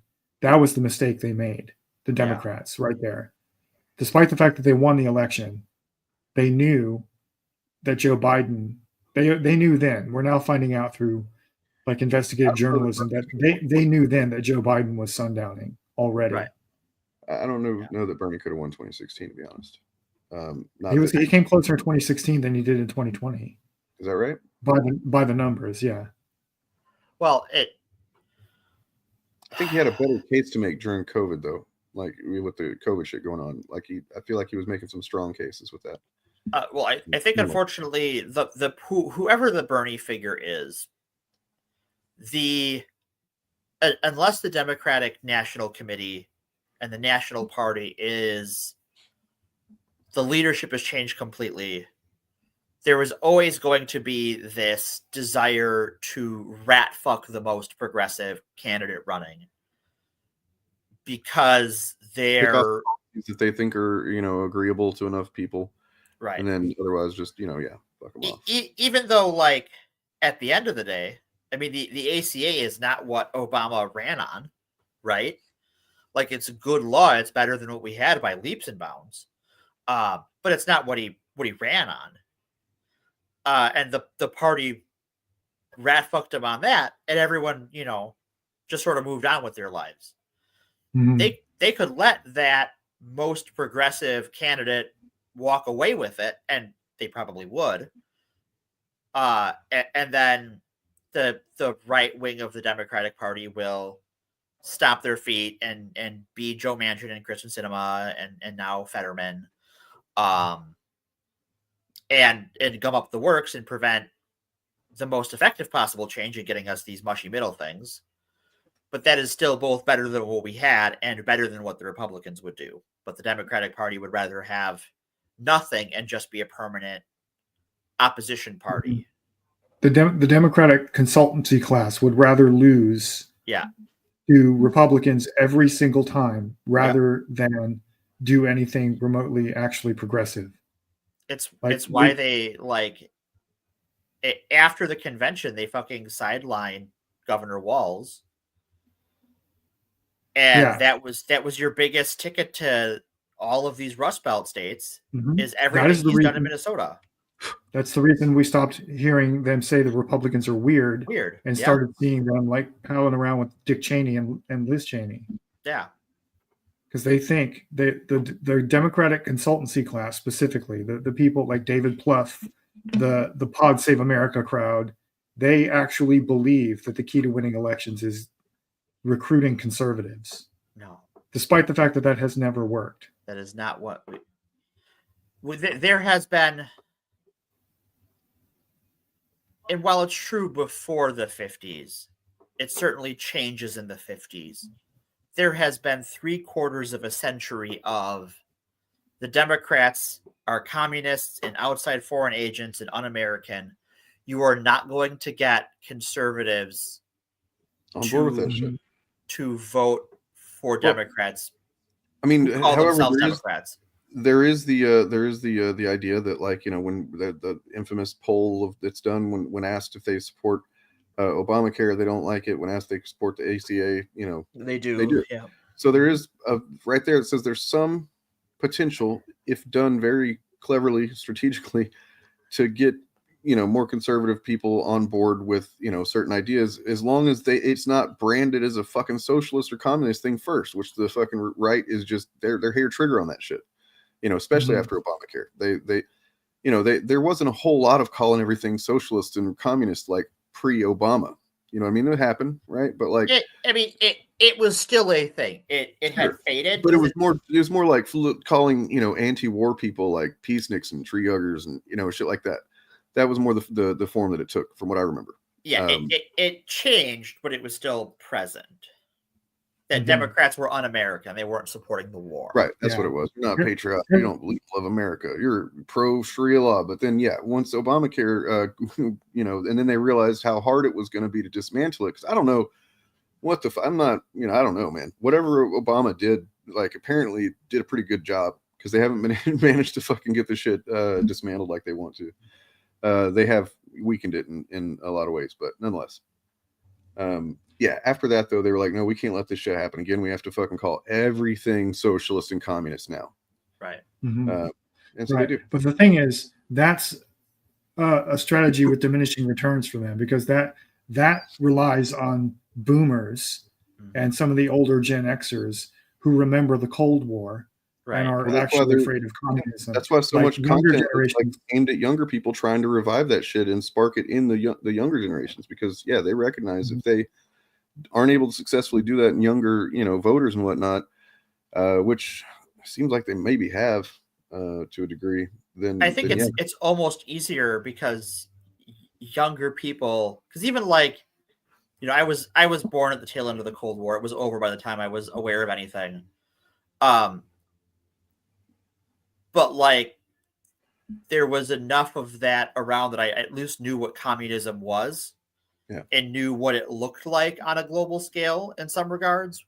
Whereas, what communist country has any influence in the world today? There's 2 of them, and both of them are embargoed, other than China, which really isn't communist, and North Korea, which also isn't really communist. And we can debate how communist Cuba is or isn't. And I'm certainly not an expert in that field enough to talk about it with any degree of certainty. So it's almost easier to make communism the bad guy, because you can make it up. You can create what it is, because there's no one to go, well, that's not what the USSR is doing. I think the secret to getting these policies passed in red states is going to be a progressive who infiltrates the local Republican Party, runs as a Republican, but advocates for Medicare for all, paid family leave, all that other stuff. That's going to be the breakthrough. It will not be, at least within our lifetime, I don't think, will not be a Democrat. And the thing with that, though, is that guy will get outed. He has one election cycle to do anything, and it will have to be a guy. Yeah. Well, it could be a coalition of people at the grassroots. I've been telling some of my friends that back in my hometown, which is like basically a Republican dictatorship. Yeah. I told them, switch your party affiliation to Republican and get elected to the local school board. Don't change any of your politics or your positions. Just the letter next to your name. Just take over the local Republican Party and make it leftist. Well, and that's the New York model, right? Is that we have all of these conservative Democrats in New York. Here in Milwaukee County, we had David Clark as sheriff, run as a Democrat for years and years and years and years. But he is not a Democrat. He is not a liberal, not a progressive, not even a moderate. He is a far-right lunatic who hates the Green Bay Packers, which is like, how do you get elected to anything in Wisconsin hated the Green Bay Packers? Yeah, I mean, I recognize that even if I was going to run for anything in Wisconsin, I don't give a shit about football, but I'd have to say I was a Packer fan. Yeah. Just the same way you got to say you're a Christian or whatever. I think in Wisconsin, it might be more important to say you're a Packers fan. Probably. I got a couple of things here that Bob had shared, just a couple little imageries to look at. So donation totals for 2025. Amazon. That tracks. Oh, wait, and also, 10 million. Yeah, Taylor Swift might, and I stress might be the only good billionaire. She is as close as you possibly could be. But yeah, there's still. They say that even if all billionaires exploited somebody, but I mean, she definitely exploited, I don't know, some people's ears. No, never mind. I'm not going to insult her music. I'm not going to do that. If she becomes Batwoman, then we know we're onto something. Right, exactly, yeah. Well, and that's impressive. Can you pull that back up? I wanna comment on that a little bit more. Other than Amazon and Microsoft, all of those companies are headquartered in California. And I know California is a big place, but goddamn, like you can't even piss to put your own fire out. That really says something about American rich people. Yeah, I mean, look, good guy Disney today donated $15 million to LA wildfire fire relief efforts. So, oh, okay, well, all right. I will say one less bad thing about Disney in the next. Maybe we should find a link to like an LA fire charity or something to share. Also, so this is seemingly an outdated image. Because once it loads, one day, Warner Brothers Discovery 15, Amazon, Netflix, Comcast at 10 million, Sony chips in 5 million, Paramount 1 million. I mean, I guess that's about what I would expect based on how well these are doing.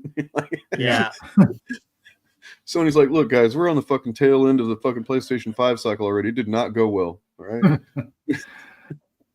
Well, I mean, at least they gave something, right? I mean, yeah, that is more than like Sony is a Japanese company. True. Yeah. They gave more than American companies did, and American companies that have sucked the orange penis. Whoa! So the AccuWeather, just several days ago, estimated that the damage would be 52 to 57 billion. Then they updated that to 250 billion. Yeah. Good Lord. Yeah. I believe it. Well, also figure. And you can bet that any relief money, they've already said this publicly, the Republicans, any relief money from the federal government is going to come with strings attached. Yeah. Absolutely. So here is this is another. I want to talk about that just a little bit, because I think one thing that a lot of people have trouble understanding is that there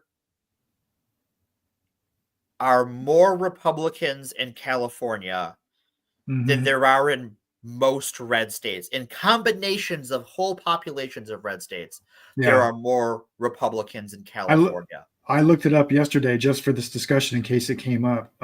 Excellent.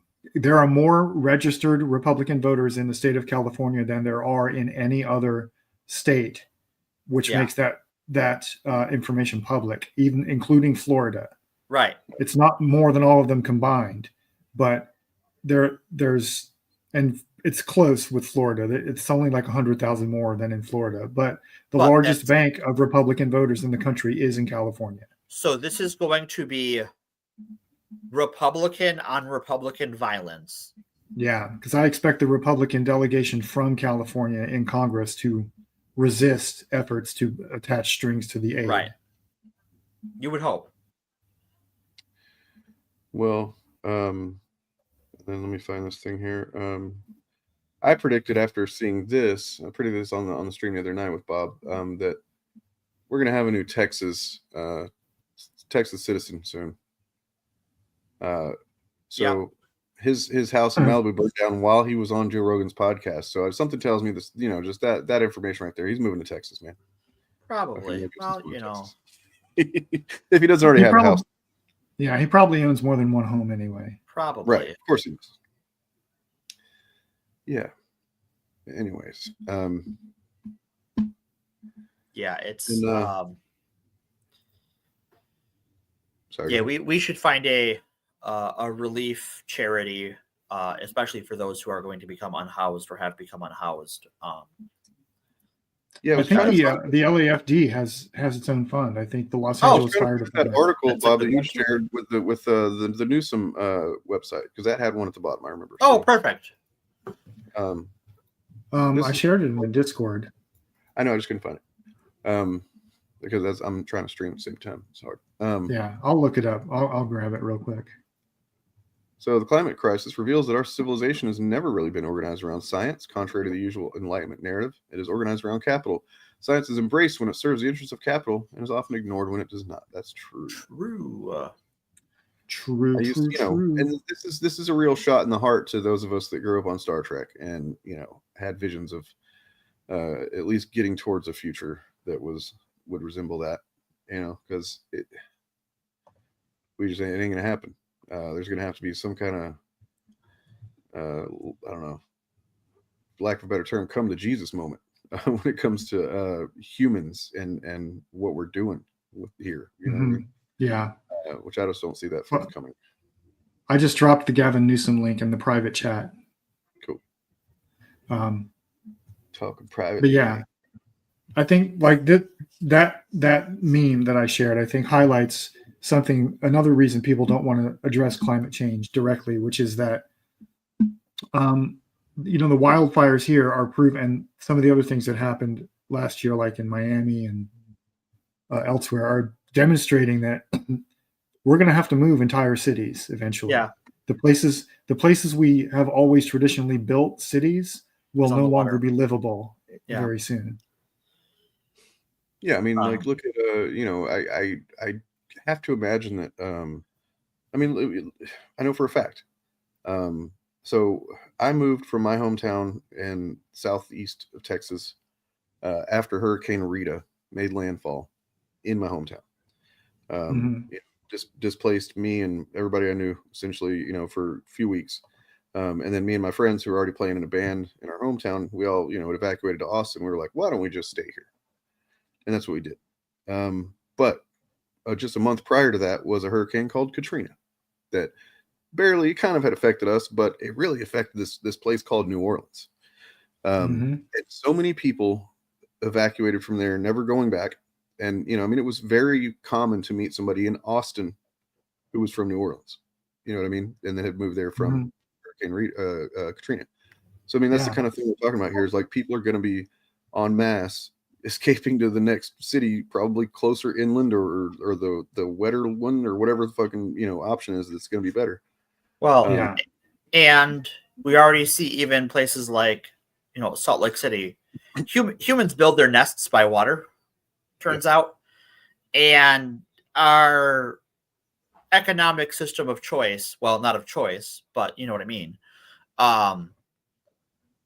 Somebody chose it at some point. Somebody chose it at some point, right? It has abused the natural resources that our habitat. We are destroying our own habitat at our own peril. So, California cut firefighting budgets. This is a lie, according to Newsom. However, I do have that other graph that you shared, Bob, seemed to suggest that they did. Well, California and Los Angeles are different polities. Right. The city of Los Angeles cut the fire department budget in order to give more money to the cops, but the state also supplies money to the LAFD. So it's still unsure whether the cut the city made actually affected the fire prevention efforts or not. So this is Fox fucking News saying Governor Newsom cut fire budget by $100 million months before lethal California fires. And he says, that's a ridiculous lie. We've doubled the size of our firefighting army, built the world's largest aerial firefighting fleet, and increased the forest management tenfold since taking office. Though, sadly, a sizable portion of that firefighting force is in indentured servitude. Oh, are they using prisoners? Yeah. Cool. Yeah, I shared a thread from Threads about that too. It was actually kind of interesting because the guy Threads.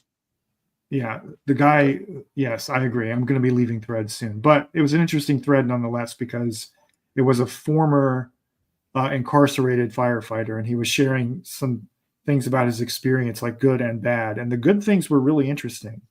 Okay. Like the slave wages was terrible. Yeah. But they like usually they're not people who are convicted of violent crimes, so they can get their record expunged entirely after their service there. They live in a camp. They're allowed to they're basically allowed to go wherever they want in the local community as long as they come back to the camp at the required hours. You might have said, I was reading and maybe missed it, but like, isn't it they have to volunteer, right? They do have to volunteer. So I mean, it is indentured servitude, but it's not slavery. Yeah, that's why I use the term indentured servitude. Yeah, but the good things about it would be a strong foundation for building a model of restorative justice for people. Can I just talk about Battlestar Galactica for because I'm rewatching it with Jen, and I haven't seen it in quite some time. And I'll be honest, like a lot of things that I understand about government and society and stuff like that, and I learned, through watching Battlestar Galactica. There's a lot of stuff that's that's addressed throughout the show that, like, I mean, I'm talking, and this one was weird because it didn't have this kind of resonance when I first watched the show through, but it has a resonance now. Spoiler alert toward the end of season 2 of BSG. You got Gaius Baltar, who has been the vice president to Laura Roslin, and now he wants to run for president because the Cylon's in his ear, because he's he was technically responsible for the destroying of humanity. Anyway, a little more than technically, but yeah, he was responsible. He didn't know that's what was going to happen, but he did give a Cylon, not knowing she was a Cylon, the ability to access the defense mainframe, which allowed them to, genocide everybody. Anyway, so he's kind of not, and he's not a great guy to have as a leader. But he's running for president, and then the issue of whether or not to settle on this planet that they came across. That's not really a great planet, but it is habitable in one small spot, and a lot of people are just they're tired of being on the run in the fleet and space. They're like, look, let's just fucking settle down here. Cylons don't know where it is, and there's whenever the election is going on, there's like an issue of whether or not to cheat to make sure Baltar doesn't win, because Laura Roslin's like, if he wins, that'll be it. We're fucked. You know what I mean? Like, I'm just watching this like, this was made in 2007. Holy shit, this feels really prescient. But like then early in the show though, like maybe the 4th or 5th episode of the show, there's they address the issue of prison labor because they need water, and they found a place where they found a bunch of ice, but they have to have that ice converted into water. And they need a lot of manpower to do it. So there's one of the ships that's in the fleet is the Astral Queen, which is a prison ship. And so it's a bunch of prisoners, and it's like the morality of whether or not they need to force these people to do it or ask them to do it. And of course they end up making a volunteer program, but nonetheless, I'm just saying, man, there's a lot of shit you can watch in Battlestar Galactica that comes up over and over again in real life. Ronald Moore is that's sort of the genius of Ronald Moore's writing, is that there's a timeless element to it, because that's like this is why DS9 has aged so well, right? Like I think there's a lot of things in Star Trek that don't age gracefully, where I feel like DS9 has aged like fine wine. Yeah, because he was not afraid to address real life things that, like, yes, maybe the Federation is super, progressive to the point where they don't really have any conflicts, and they're post, money and stuff and blah, blah, blah. But like, you're out in the frontier in space, there's going to be some other shit going on, and that was what's brilliant about DS9. Yeah. You were going to say, Bob? Well, I was going to say, it's just because there are writers in the world who are smart enough to recognize patterns in politics years ahead of time. Mm-hmm. That's why their writing seems timeless. Like, anybody who paid attention to political trends in the United States starting in the 1980s could have predicted where we are now. Yeah. And many of them did, which is why we've had so many stories since the 1980s, sci-fi stories in particular, about dystopian futures. And there's actually I saw a great video essay. I want to say it was by I forget his name, darn it. But there was a great video essay a couple years ago going around YouTube that brought receipts from behind the scenes of multiple movies in the 80s and 90s with a billionaire as a bad guy, where they demonstrated that it was always based specifically on Donald Trump. always. There Like was if you went, Gremlins if 2, you went there into the production notes or talked to the actor or whatever, always in some way, whenever someone had an evil billionaire in their story, it was based on Donald Trump. It's pretty obvious in Back to the Future Part 2 that that's who it is, but then like also in Yeah. Gremlins 2, it's less obvious because the actor, what's his name, John Glover, decided to play it a little bit more affable and friendly, even though the shit he's doing is still fucking, corporate dickhead. And that's based on Donald Trump, because I mean Donald Trump. If you ever watch like footage of the retail politics that Donald Trump does when he goes to visit diners and stuff like that, he's really good at that, and he is very affable and friendly with people and makes them feel welcome and like asks them about their lives, remembers their names, does all that other stuff. So anyway, my point was people who knew how to spot political trends could see this coming decades ahead of time. Right. Which is why Ronald Moore's writing feels so timeless, because he could see it coming. Mm-hmm. Maybe not Trump specifically, but the descent into authoritarianism for sure. Right. Well, and in the same, he still has it too. If you've watched, what is it? For All Mankind. For All Mankind. Thank you. Yeah. He's still got it. Some weird decisions made in the most recent season, but I don't know. That's another story. So this kind of goes against what I thought. So water reservoirs in Southern California are at record levels. There's no shortage of water in Southern California. So is it just where's the shortage in California? Mm-hmm. Well, that's being a little bit weaselly, because he's not saying the source of the water. Mm-hmm. It doesn't say that those are publicly owned available water. Yeah. It's water. I think it's something like 57% of LA's water is supplied by a billionaire, one billionaire, who sells it to the city. Right. And he's the billionaire that's in the meme that was going around recently that says there's a billionaire couple who all by themselves use more water than every other home in Los Angeles combined. It's that guy. Right. So the supply of water is there, but that doesn't mean it's like accessible. Ideally accessible. Right. Although I did not follow that hyperlink, so I don't know what it actually says.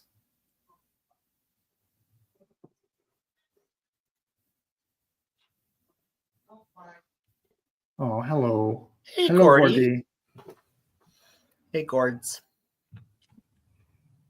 What is that paragraph below that saying? Wildland firefighters don't use hydrants; they use water tenders, which is a big tank, right? Yeah, and in general, it's my understanding in most cities in America, our firefighting system is designed to fight a house fire here or there in an emergency situation, not an uncontrollable wildfire. Yeah, I was watching a live stream the other night that Dane shared a link to, where it was those two guys who were actual firefighters, cool. Like lifelong forest firefighters, and they were saying that there was no way to prevent this once it, all the initial conditions were set, because the winds, the Santa Ana winds up in the higher elevations were like 100 miles an hour, and there's no way to contain a fire under those conditions, because embers can land miles away and spark brand new fires. Yeah, hopefully everybody prayed to our Lord Gordy, for the fires and everything. I want to bring him on. I want to bring him on screen more often, because it's weirdly seem to have some kind of odd, I don't know. I guess it's just any time somebody's cat dies, I get kind of sad. But Vosh's cat, Artemy, died. Oh no. Because I saw a video about, just saw that video listed, and I was like, oh shit. And I watched, and he apparently died, and he told the story of how and stuff. And I was like, oh my God, because apparently boy cats can get like kidney stones a lot, really easy, and that can really fuck them up, the way their junk is wired in there, and can kill them. And I was like, oh God, I started thinking about Gordy. He's, technically he could live another 15 years or something like that, but something like that could be, you know. Right. Yeah. You should set up a Gordy cam. I want to, but I mean, I guess I could technically figure out where he's going to be most of the time and just turn it on whenever he's there. But yeah. I didn't know that. Yeah, I know that the Trump family has a history of exactly what you'd expect. Yeah. So, this is gavinnewsom.com /California-fire-facts. I imagine if you just go to gavinnewsom.com, it'll be pretty easy to find from the front page. If you want to dispel any bullshit that you see. I mean, look, Dinesh D'Souza, you can just guarantee anything this fucking guy says is bullshit. Yeah. Yep. I mean, he's literally was convicted of fraud.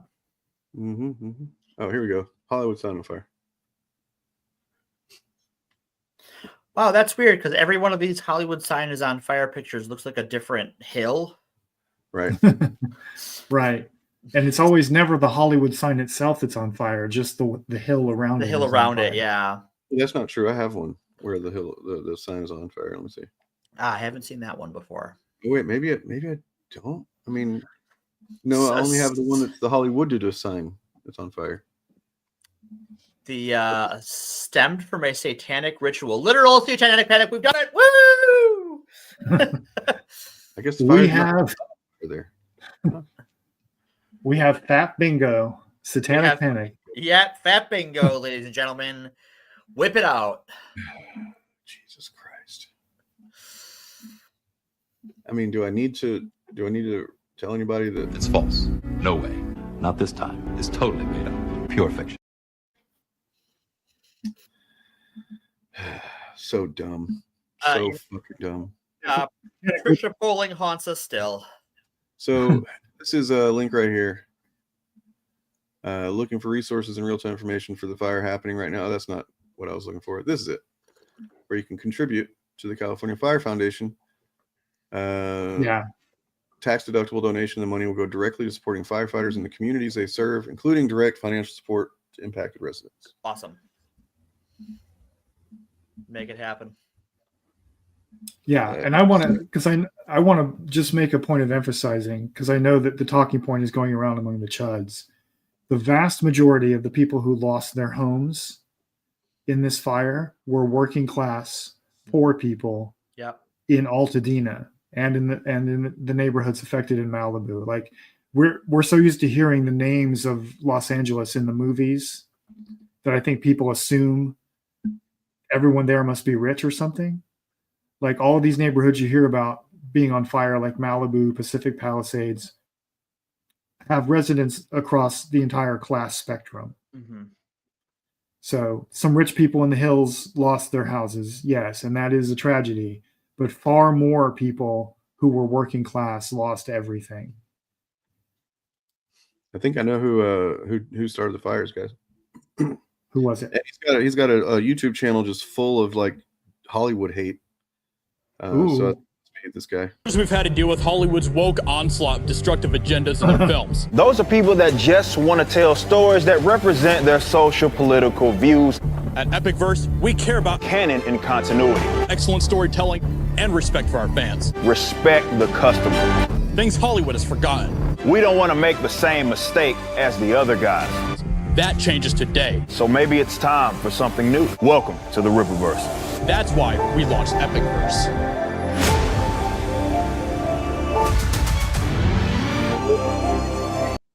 It's pretty clear he threw that hatchet that was on fire at the Hollywood sign. That's how it happened. That's canon. Yeah, I watched that video. I saw a bit of that too. And interestingly, Hassan went and interviewed some of the incarcerated firefighters and talked to them about it. It was really interesting. Oh, Hassan's actually doing a thing.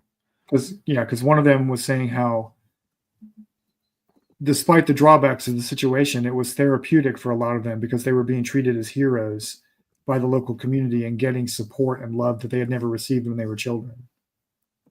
So it was like a very emotional thing for them. it's pretty incredible what just like being appreciated and loved and valued can do for a person, which they don't do in prisons, by the way. They actively don't do that. Yeah, like the guy Hassan interviewed was saying, when I was in the prison, I was seeing all this horrible shit every day, like people getting stabbed and work, and I don't know what's worse than getting stabbed, but grape and all that other stuff.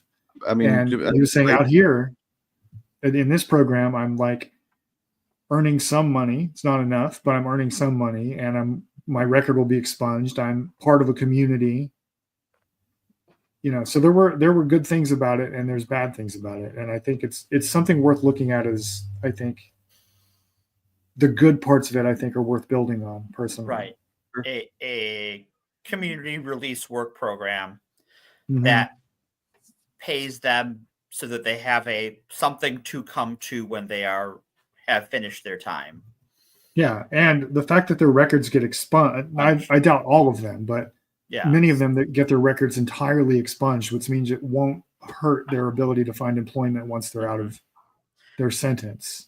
Do they go through the same training and licensing that unincarcerated firefighters go through? From what I've read, they have to go through the same training, but they're trained specifically for fighting wildfires, which is not the same as urban fires. Right. They do have to go through the same training, but I don't know if they get I don't know if you can get a certification when you're in prison or not. I don't know, but I don't know. But the fact that their records get expunged means they could find work in that field, if they wanted to afterwards, or anywhere else, really. Right. Oh, there was also this whole thing. Let me find it. Well, basically, they were fucking idiots that were apparently. Here we go.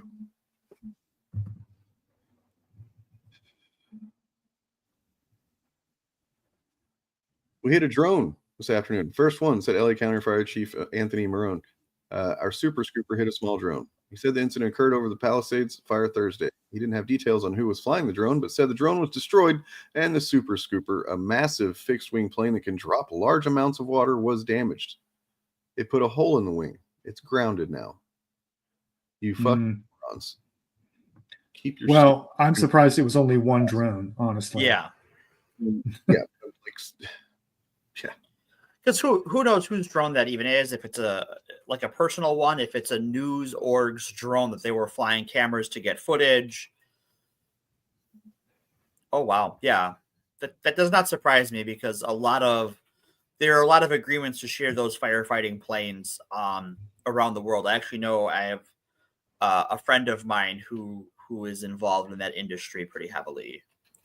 There's a huge contingent of Mexican and Canadian firefighters in LA right now. Yep.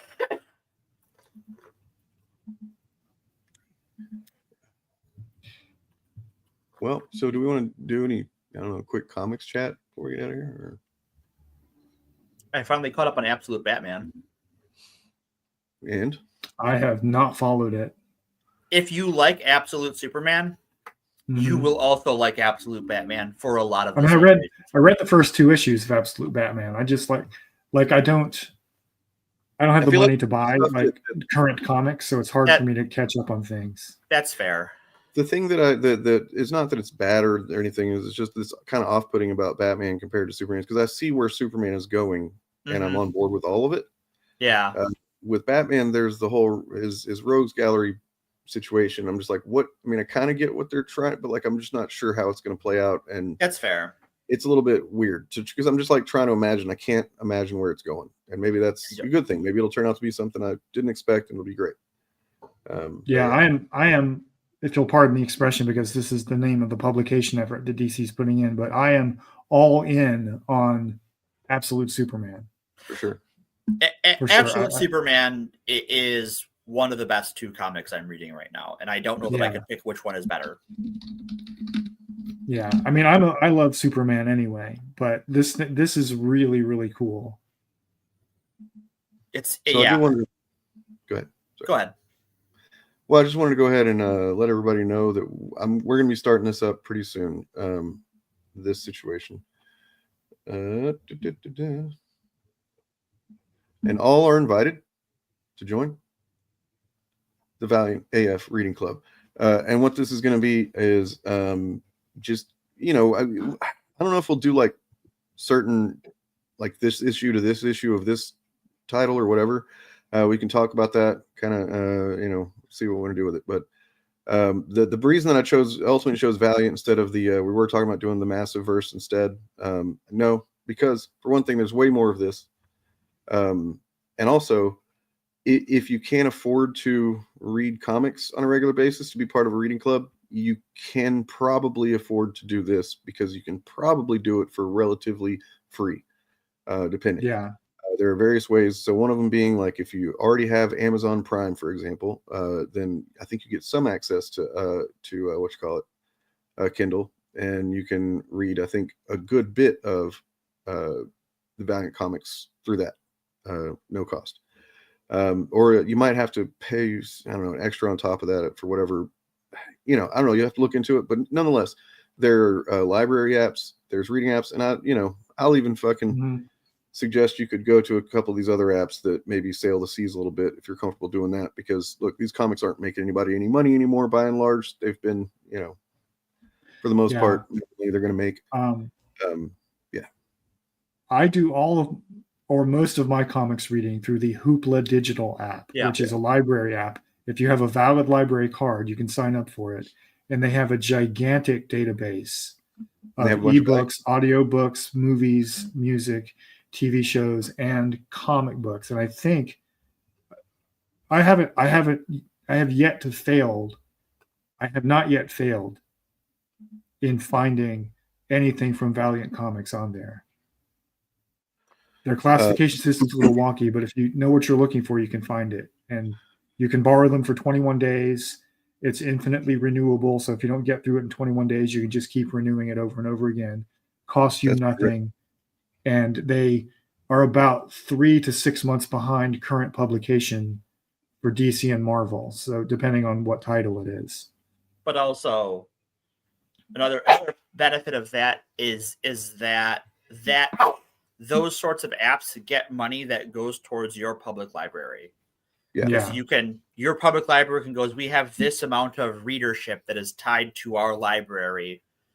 We need funding at current levels or greater than.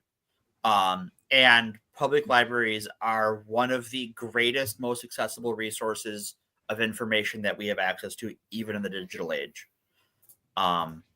We don't, I don't use them as much as I used to when I was younger, but I would not be where I am without them.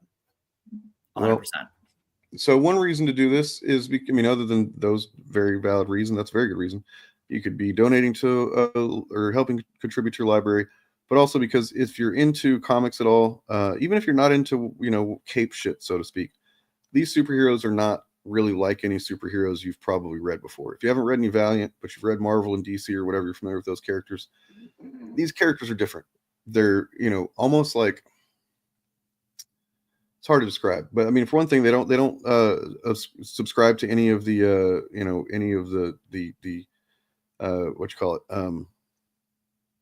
the prototypes that you expect. There's not like a Superman type character, right? Like there's no everything is its own thing and original.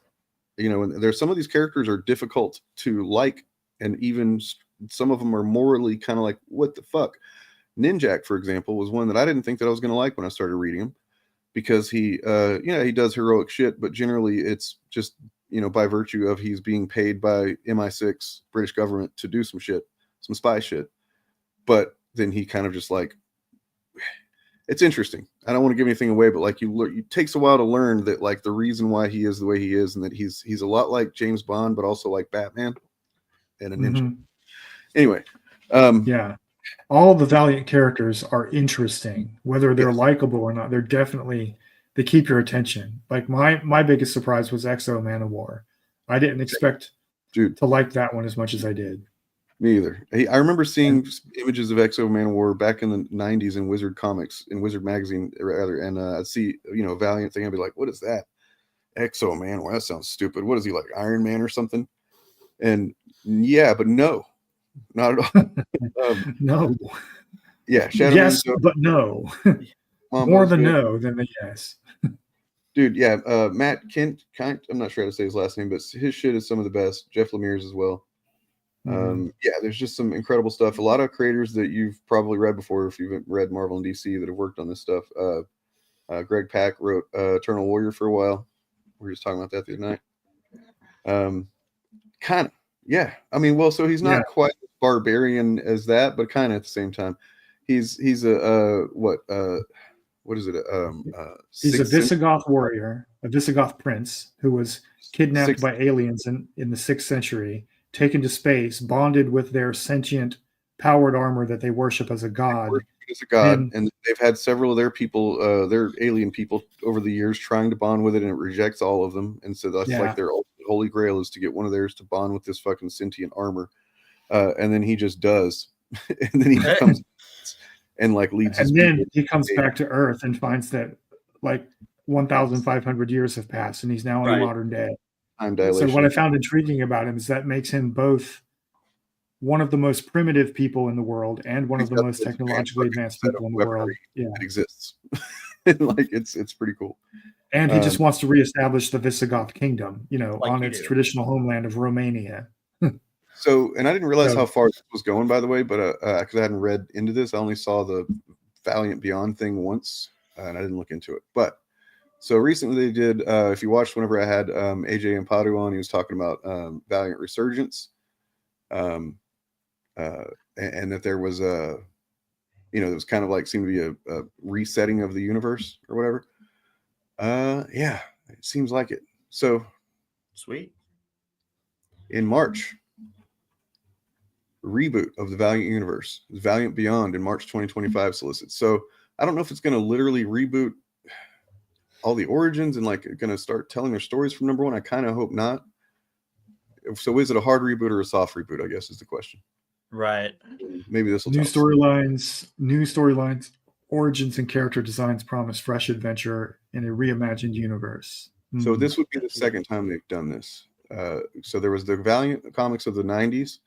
Which not anybody not aware was created by Jim Shooter, former Marvel editor-in-chief.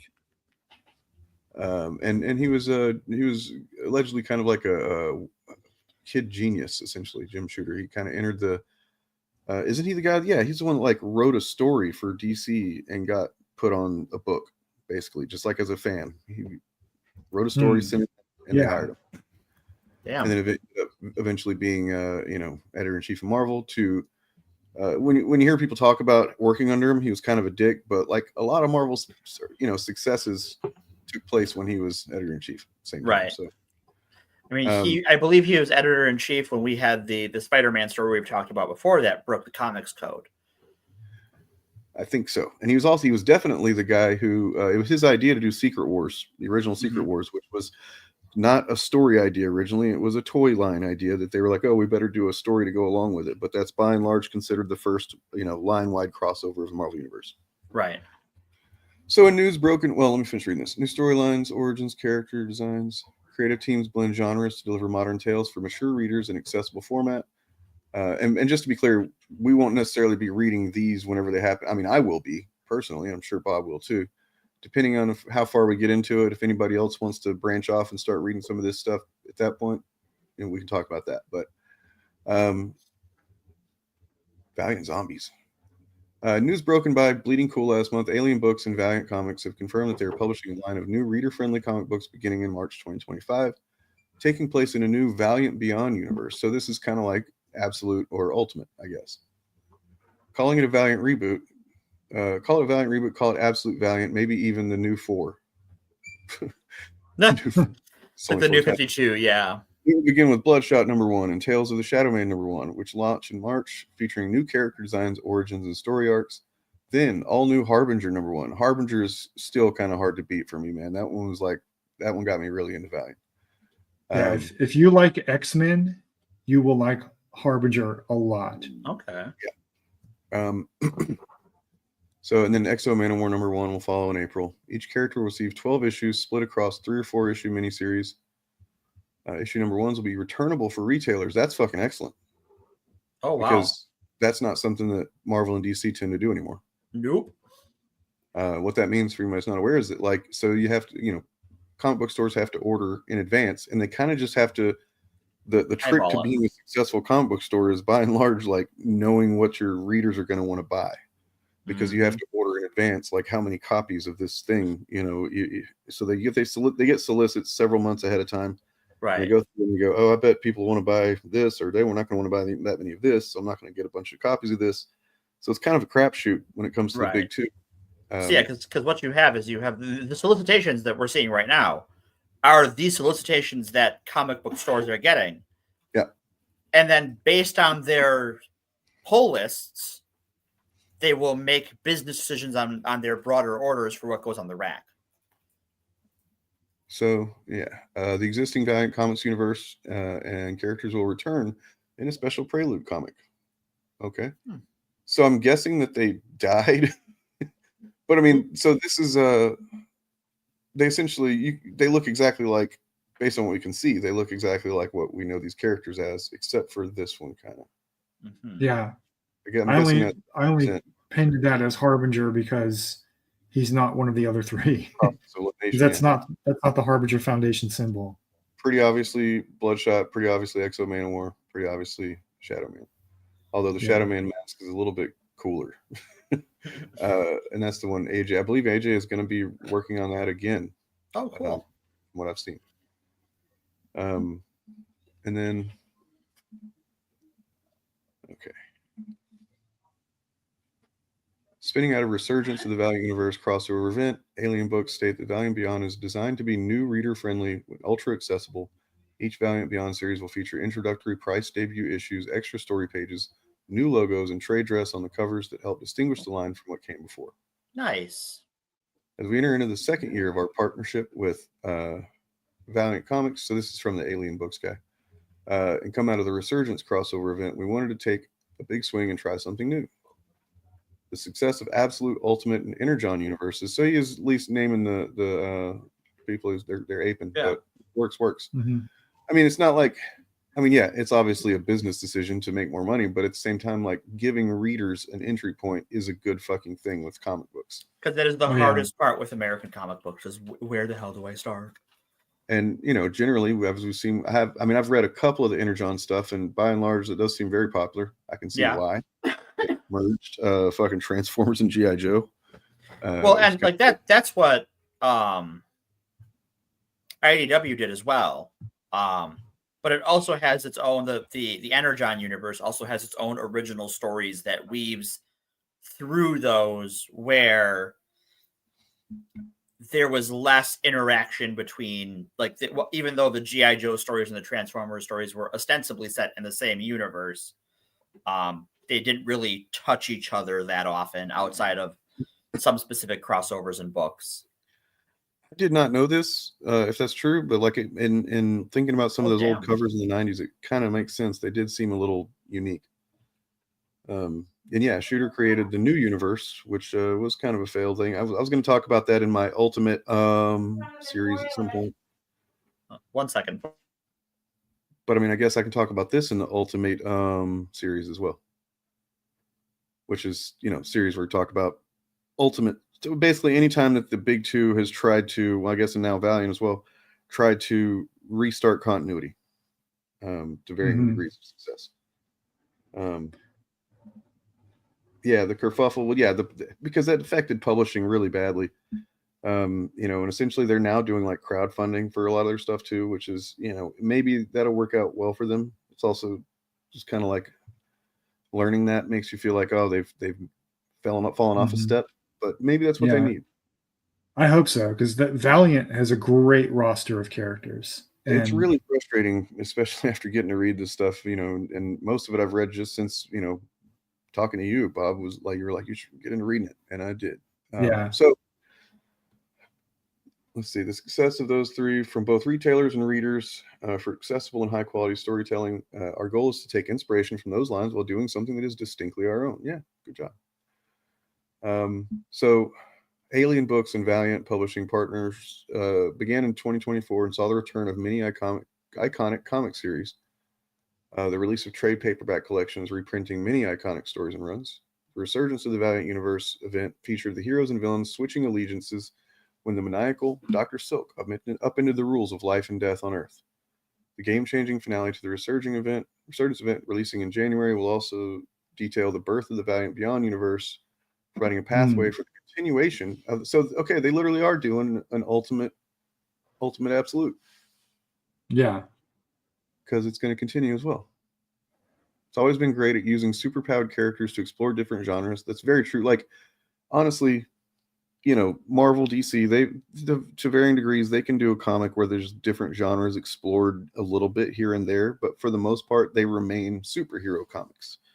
Mm-hmm. Valiant is fucking excellent at legitimately doing different genres. Like Ninjak is, he's a hero by and large.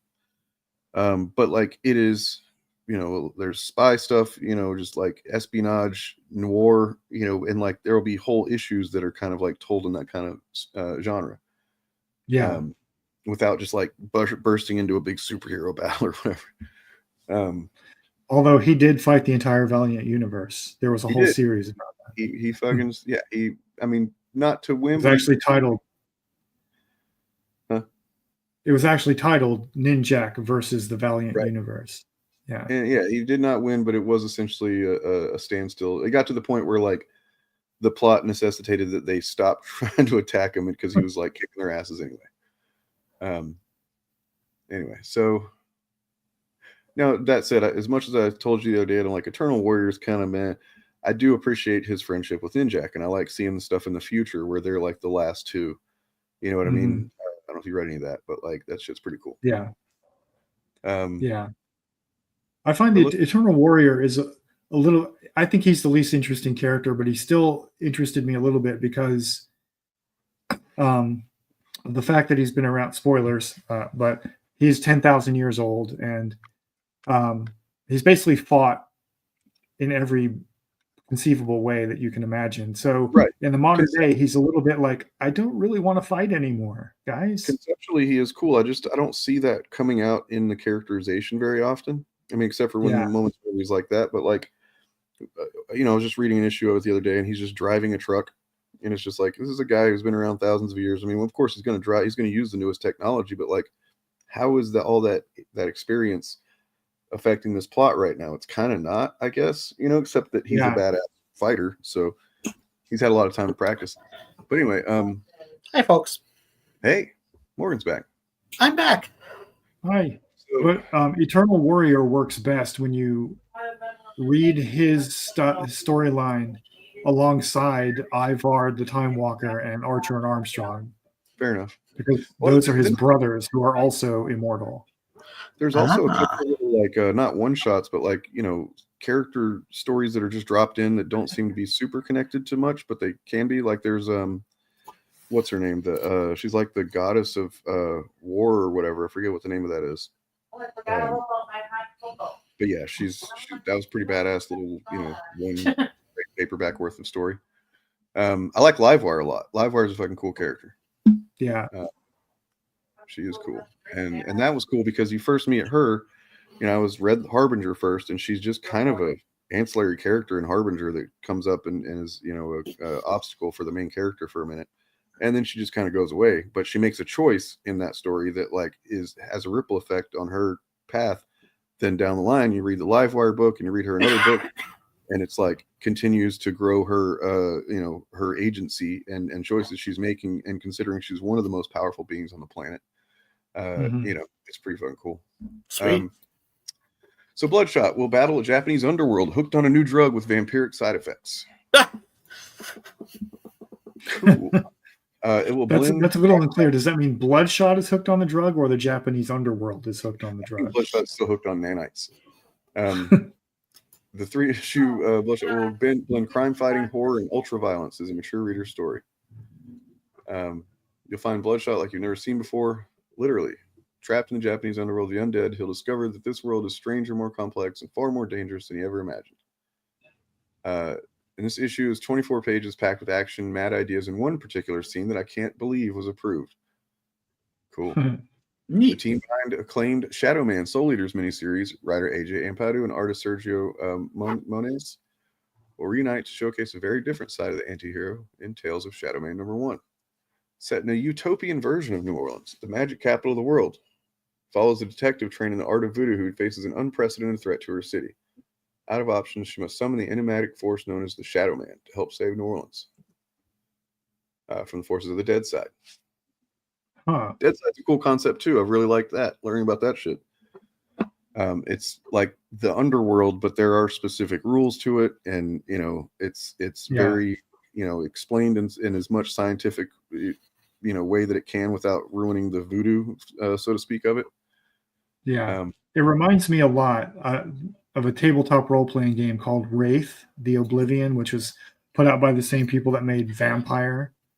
And in that game, you play a ghost who exists in the underworld, which is like a shadowy reflection of the real world. So the geography is the same, and the dead side in Shadow Man kind of works that way a little bit, where when you first cross over, everything looks like a darker, more rundown version of the world you just left. Like the Upside Down in Stranger Things. Did you just say that? But you can travel to parts of it that don't exist in our world. Right. But you just have to physically move there. Is it War Monger? I thought it was War Mother. I thought it was literally War Mother. Am I wrong? Anyway. I thought it was War Mother as well. So I played a lot of Mage in the White Wolf games. Gonna go ahead and read this quote by a friend of the channel, AJ Ampadu. It's a new era in the Valiant universe, and I have the honor of introducing a brand new version of Shadow Man. Shadow Man is an ancient god of unknown origin who has no memory of his past. He drifts through the shadows of the dead side, the mystic wasteland surrounding the utopian city of New Orleans. The impoverished residents both fear the Shadow Man and rely on him for protection from the greater evils lurking in the dark dead side. If someone needs help, they can summon the Shadow Man, but this comes at a great price. Nice. Interesting. So it sounds like he's not bound to a single person like he was in the original run. Seems like, they didn't mention what's the guy's name? I forget his name. Jack Boniface. Right. Huh. Oh, let's see.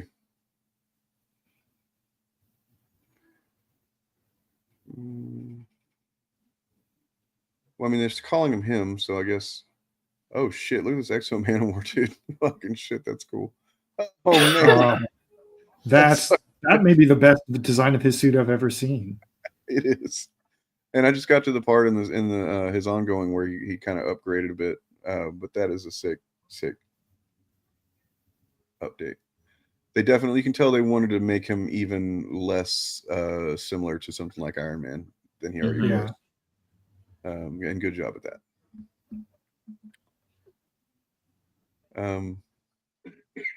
So we might get into a part here that's going to make that's kind of frustrating.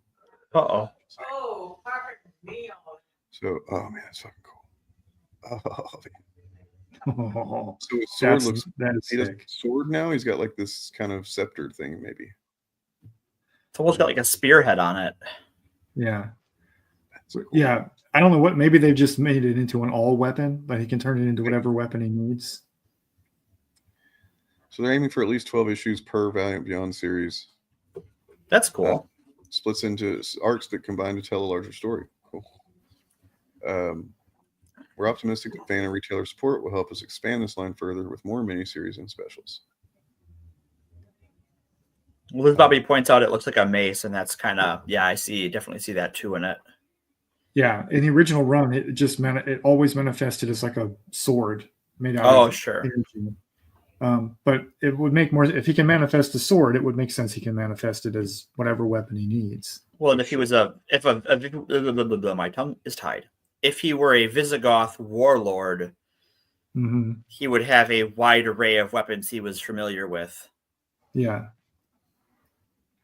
So Bloodshot looking pretty bloody. That's in the name. He's going to be okay though. New origin, new universe, new starting point. Okay. A little bit less bloody. So cool. I remember I did have Bloodshot #1 as a kid that my brother had passed down to me. And I think I read like the first couple of pages and was like, oh, I don't know, this is kind of dumb. Because he was like, was it the original 1990s Jim Shooter era? Or yeah.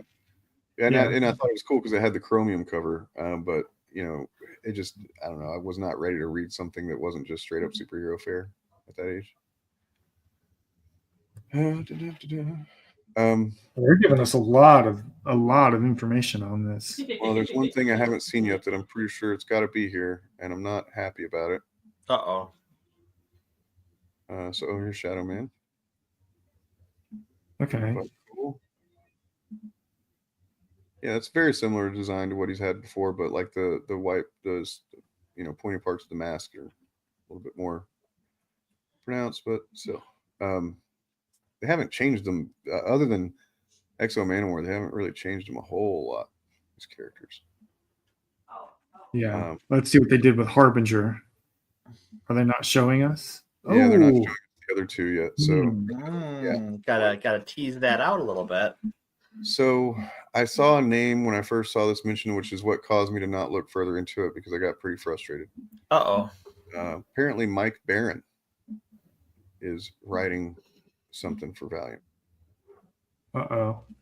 That's not great. Yeah.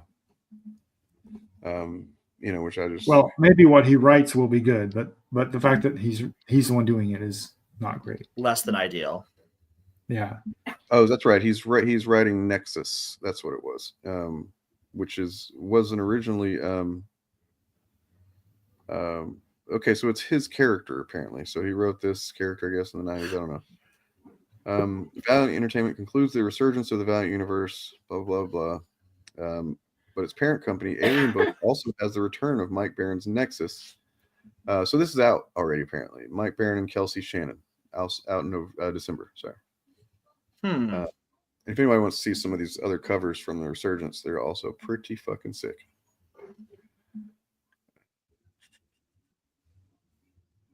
There's that one.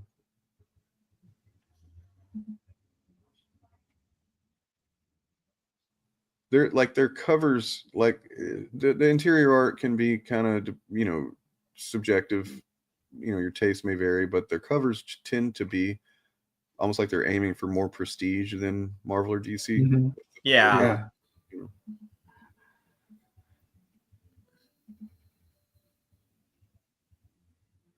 So, yeah, I got to finish this. I've read the first issue of this. And it kind of looks like, was it, what's the artist name? Shit. To answer the Maestro's question, Mike Barron is Comicsgate adjacent. He's done work with Eric July. Yeah. That's the TLDR. I forget which particular shitty things he's said and done, but I mean, as far as I know, I mean, I'm sure he has. I just don't know. But he's not known for saying a bunch of, you know, egregious shit. He's just kind of usually on the streams and you know, there, right? Hangs out with them, yeah. As far as I know, the most egregious thing he's done was made Frank Castle black guy in the 90s. Mm-hmm. But what? I mean, he race swapped something? What? He's race swapping, yeah. That's a cool cover. You know. So is Barron writing this, or are they just giving him credit because it's his character? Right here. So he's writing it too. Okay. But I mean, at least this isn't part of the Beyond thing, I guess. So. Yeah, I don't think Nexus was a Valiant character. It was just. He wasn't? I thought he was. I don't think so. And then look, one thing the Alien Books did was they put out a shitload of collections over the last year. You know, like the stuff that came out before they owned the line. You got Craig Pack, Peter Milligan, Clayton Crane, like Trevor Hairsine. All these are fucking very talented people. I mean, Clayton Crane is an acquired taste, or you know, maybe he's not for everybody, but I loved his stuff whenever he was doing Uncanny X-Force. He's very good at violence. And that's a very violent book. It's a very good book. Britannia. I don't know what that's about. Anyway, Valiant. So Nexus is not part of Valiant. Doesn't sound like it. That's true, right? I don't remember Nexus being part of Valiant. I haven't read all of Valiant, but I read a lot of it, and I don't remember that character at all. I know that there's a couple of characters that were missing from whenever they brought it back. Like, was that one character that got bought, or I guess was owned by somebody else? I forget. But well, originally when Valiant launched originally, I think, and they had the rights to some characters that they didn't themselves invent, like Turok. That's what, yeah. That And was Magnus Robot Fighter, I think, was another one. Apparently, that Britannia book is a detective story set in ancient Rome, and that sounds rad as hell. Yeah. Yeah. Yeah, I mean that's what Valiant's good for, man. Is just like taking genres and kind of blending them in a way that you wouldn't expect to work, but then they do. Trying to find the graphic I made that showed that whole issue with Black Punisher. Oh yeah, I remember. You can watch the video on it. It's on my channel, I think. Yeah, the video should still be up. It's a good one. It's just funny because, like, all these guys that talk about race swapping and stuff, when it literally never actually happens that a character's race is swapped, except for the one time that it was, and it was by one of their guys. Right. You love to see it, except you don't. Yeah.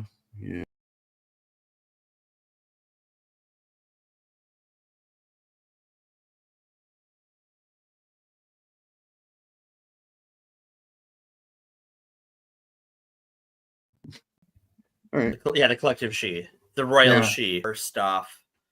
And I just was reminded that I logged in, and then I was reminded that all of my stuff that I had on there is gone now. Ooh. From the buyout. What stuff did you have? Was it stuff you personally owned, or was it just stuff you had access to? Stuff I had bought I was going to play in an Eberron game, so I bought the Eberron book on there. And it's gone now? It's gone, yeah. So it happened. It was like, because I hadn't logged into it, and I don't know. It was just whenever I logged out a few years after that. I'm like, wait a minute, everything is gone. What the fuck? Yeah. Well, you still have an account though, right? I still have an account, yeah. Okay. Because I'm planning on buying the digital copies of the 2024 rules next week. Soon. Depending on when I get paid. And then I can just create a campaign on there and send you an invite link. Right. And then I can read everything. Yeah, you can read not only the 2024 rules, but everything else that I have owned as well. Nice. If I give you access to it, it's up to me what I show you. Yes, you can control the opposition. But I can gatekeep D&D finally.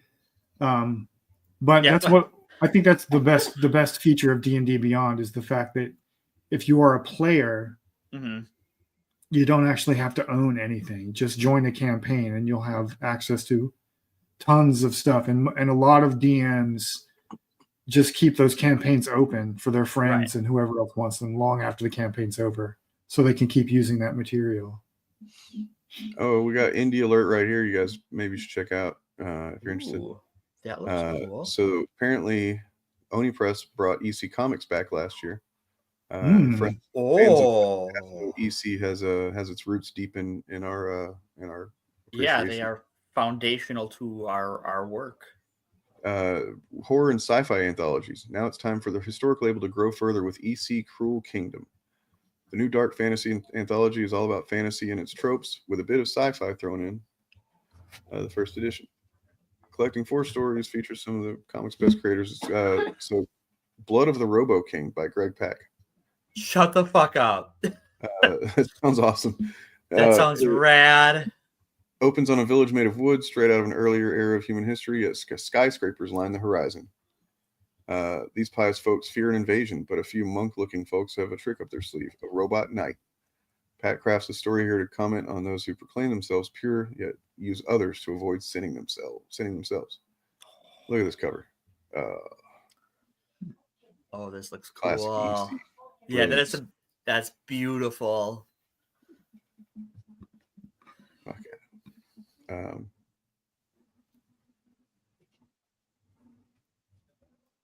So yeah, here's a 9. He's got a 9 rating. Great, but it's got 1 down point there. See, stuff like this is, I hate to say, this is going to come out wrong when I first say it, but I'll elaborate. Stuff like this is why I stopped collecting comics. because there was too much good shit coming out, and I did not have the money Right. for all of this. But then now I'm stuck with like FOMO all the time. Well, like as long as you can get the FOMO under control when it comes to like the big two, and like if you have Marvel app or DC app, or you just have whatever thing that you can read it all on, you can wait. Just be patient about the stuff that's coming out. Don't let the marketing hype get you. Yeah. But then like spend your money. I would, in my opinion, I think if you're gonna spend money on like a number one and like a new series, it would be stuff like this to try out. Like put your money behind the indie stuff that is taking a risk, because the other shit. Yeah.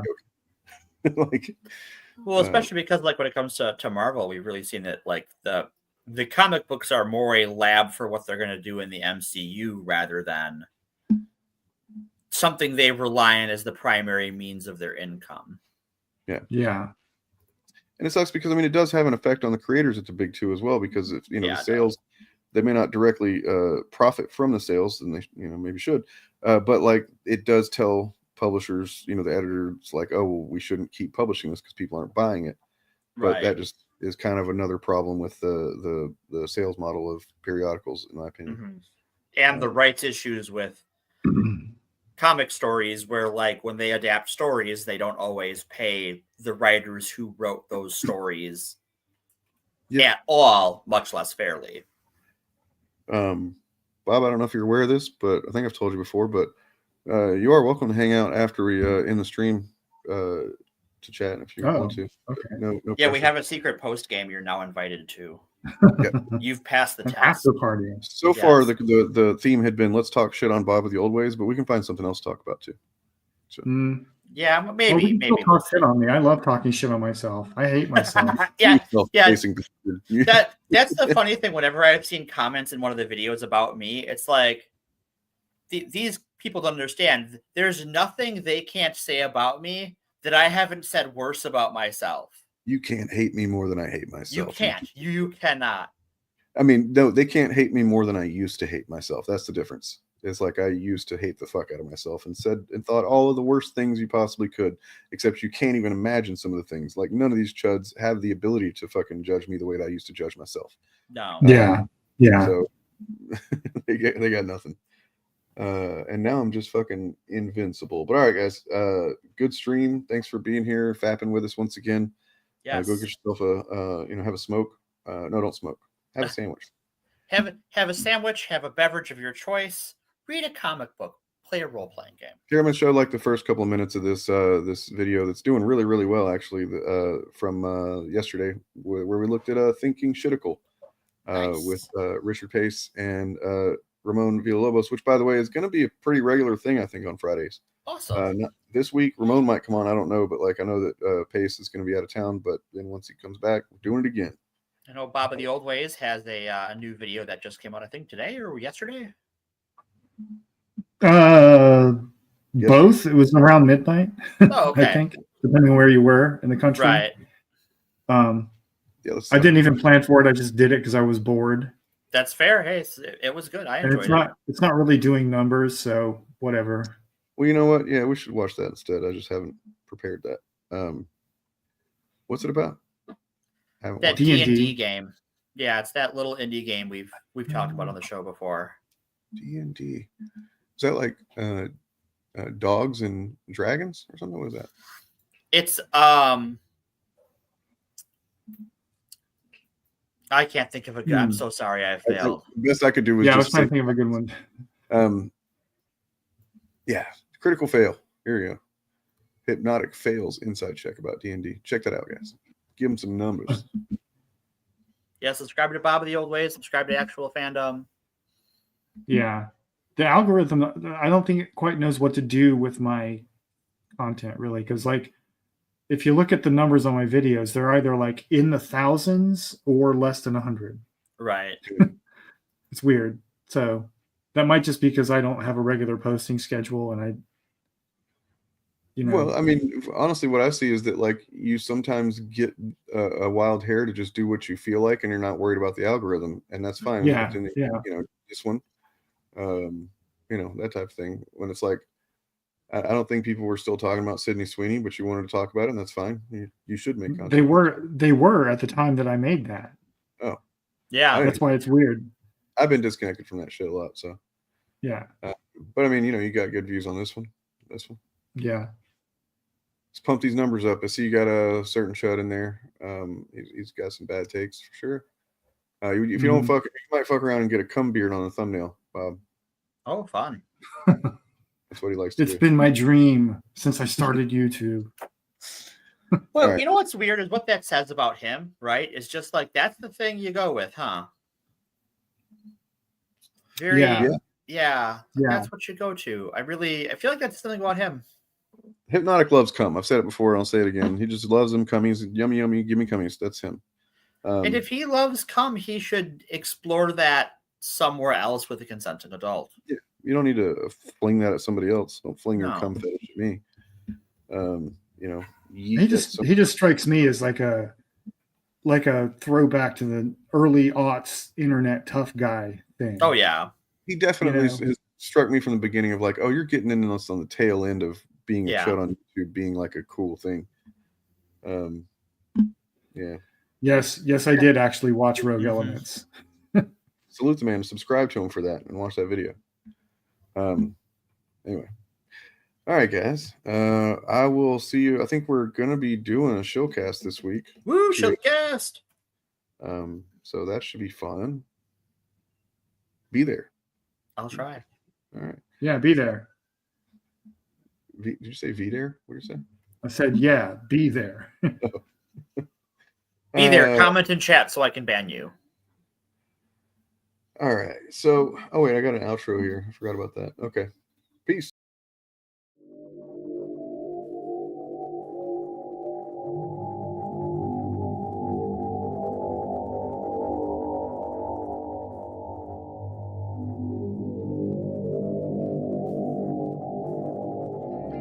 May Bill Gaines shine his heavenly light upon you and impregnate you with many happy days and joy fetuses. May your anuses be cleansed by the purifying light that exudes from Bill Gaines' eternal dragon phallus. Should you meet your mortal demise this day, go with comfort that you have satisfied the commands of the one true Bill, those being this: read comic books. Fuck the dumb shit. Be yourself. Love each other. Also, read more comics and grow your hair out all goddamn while. Amen.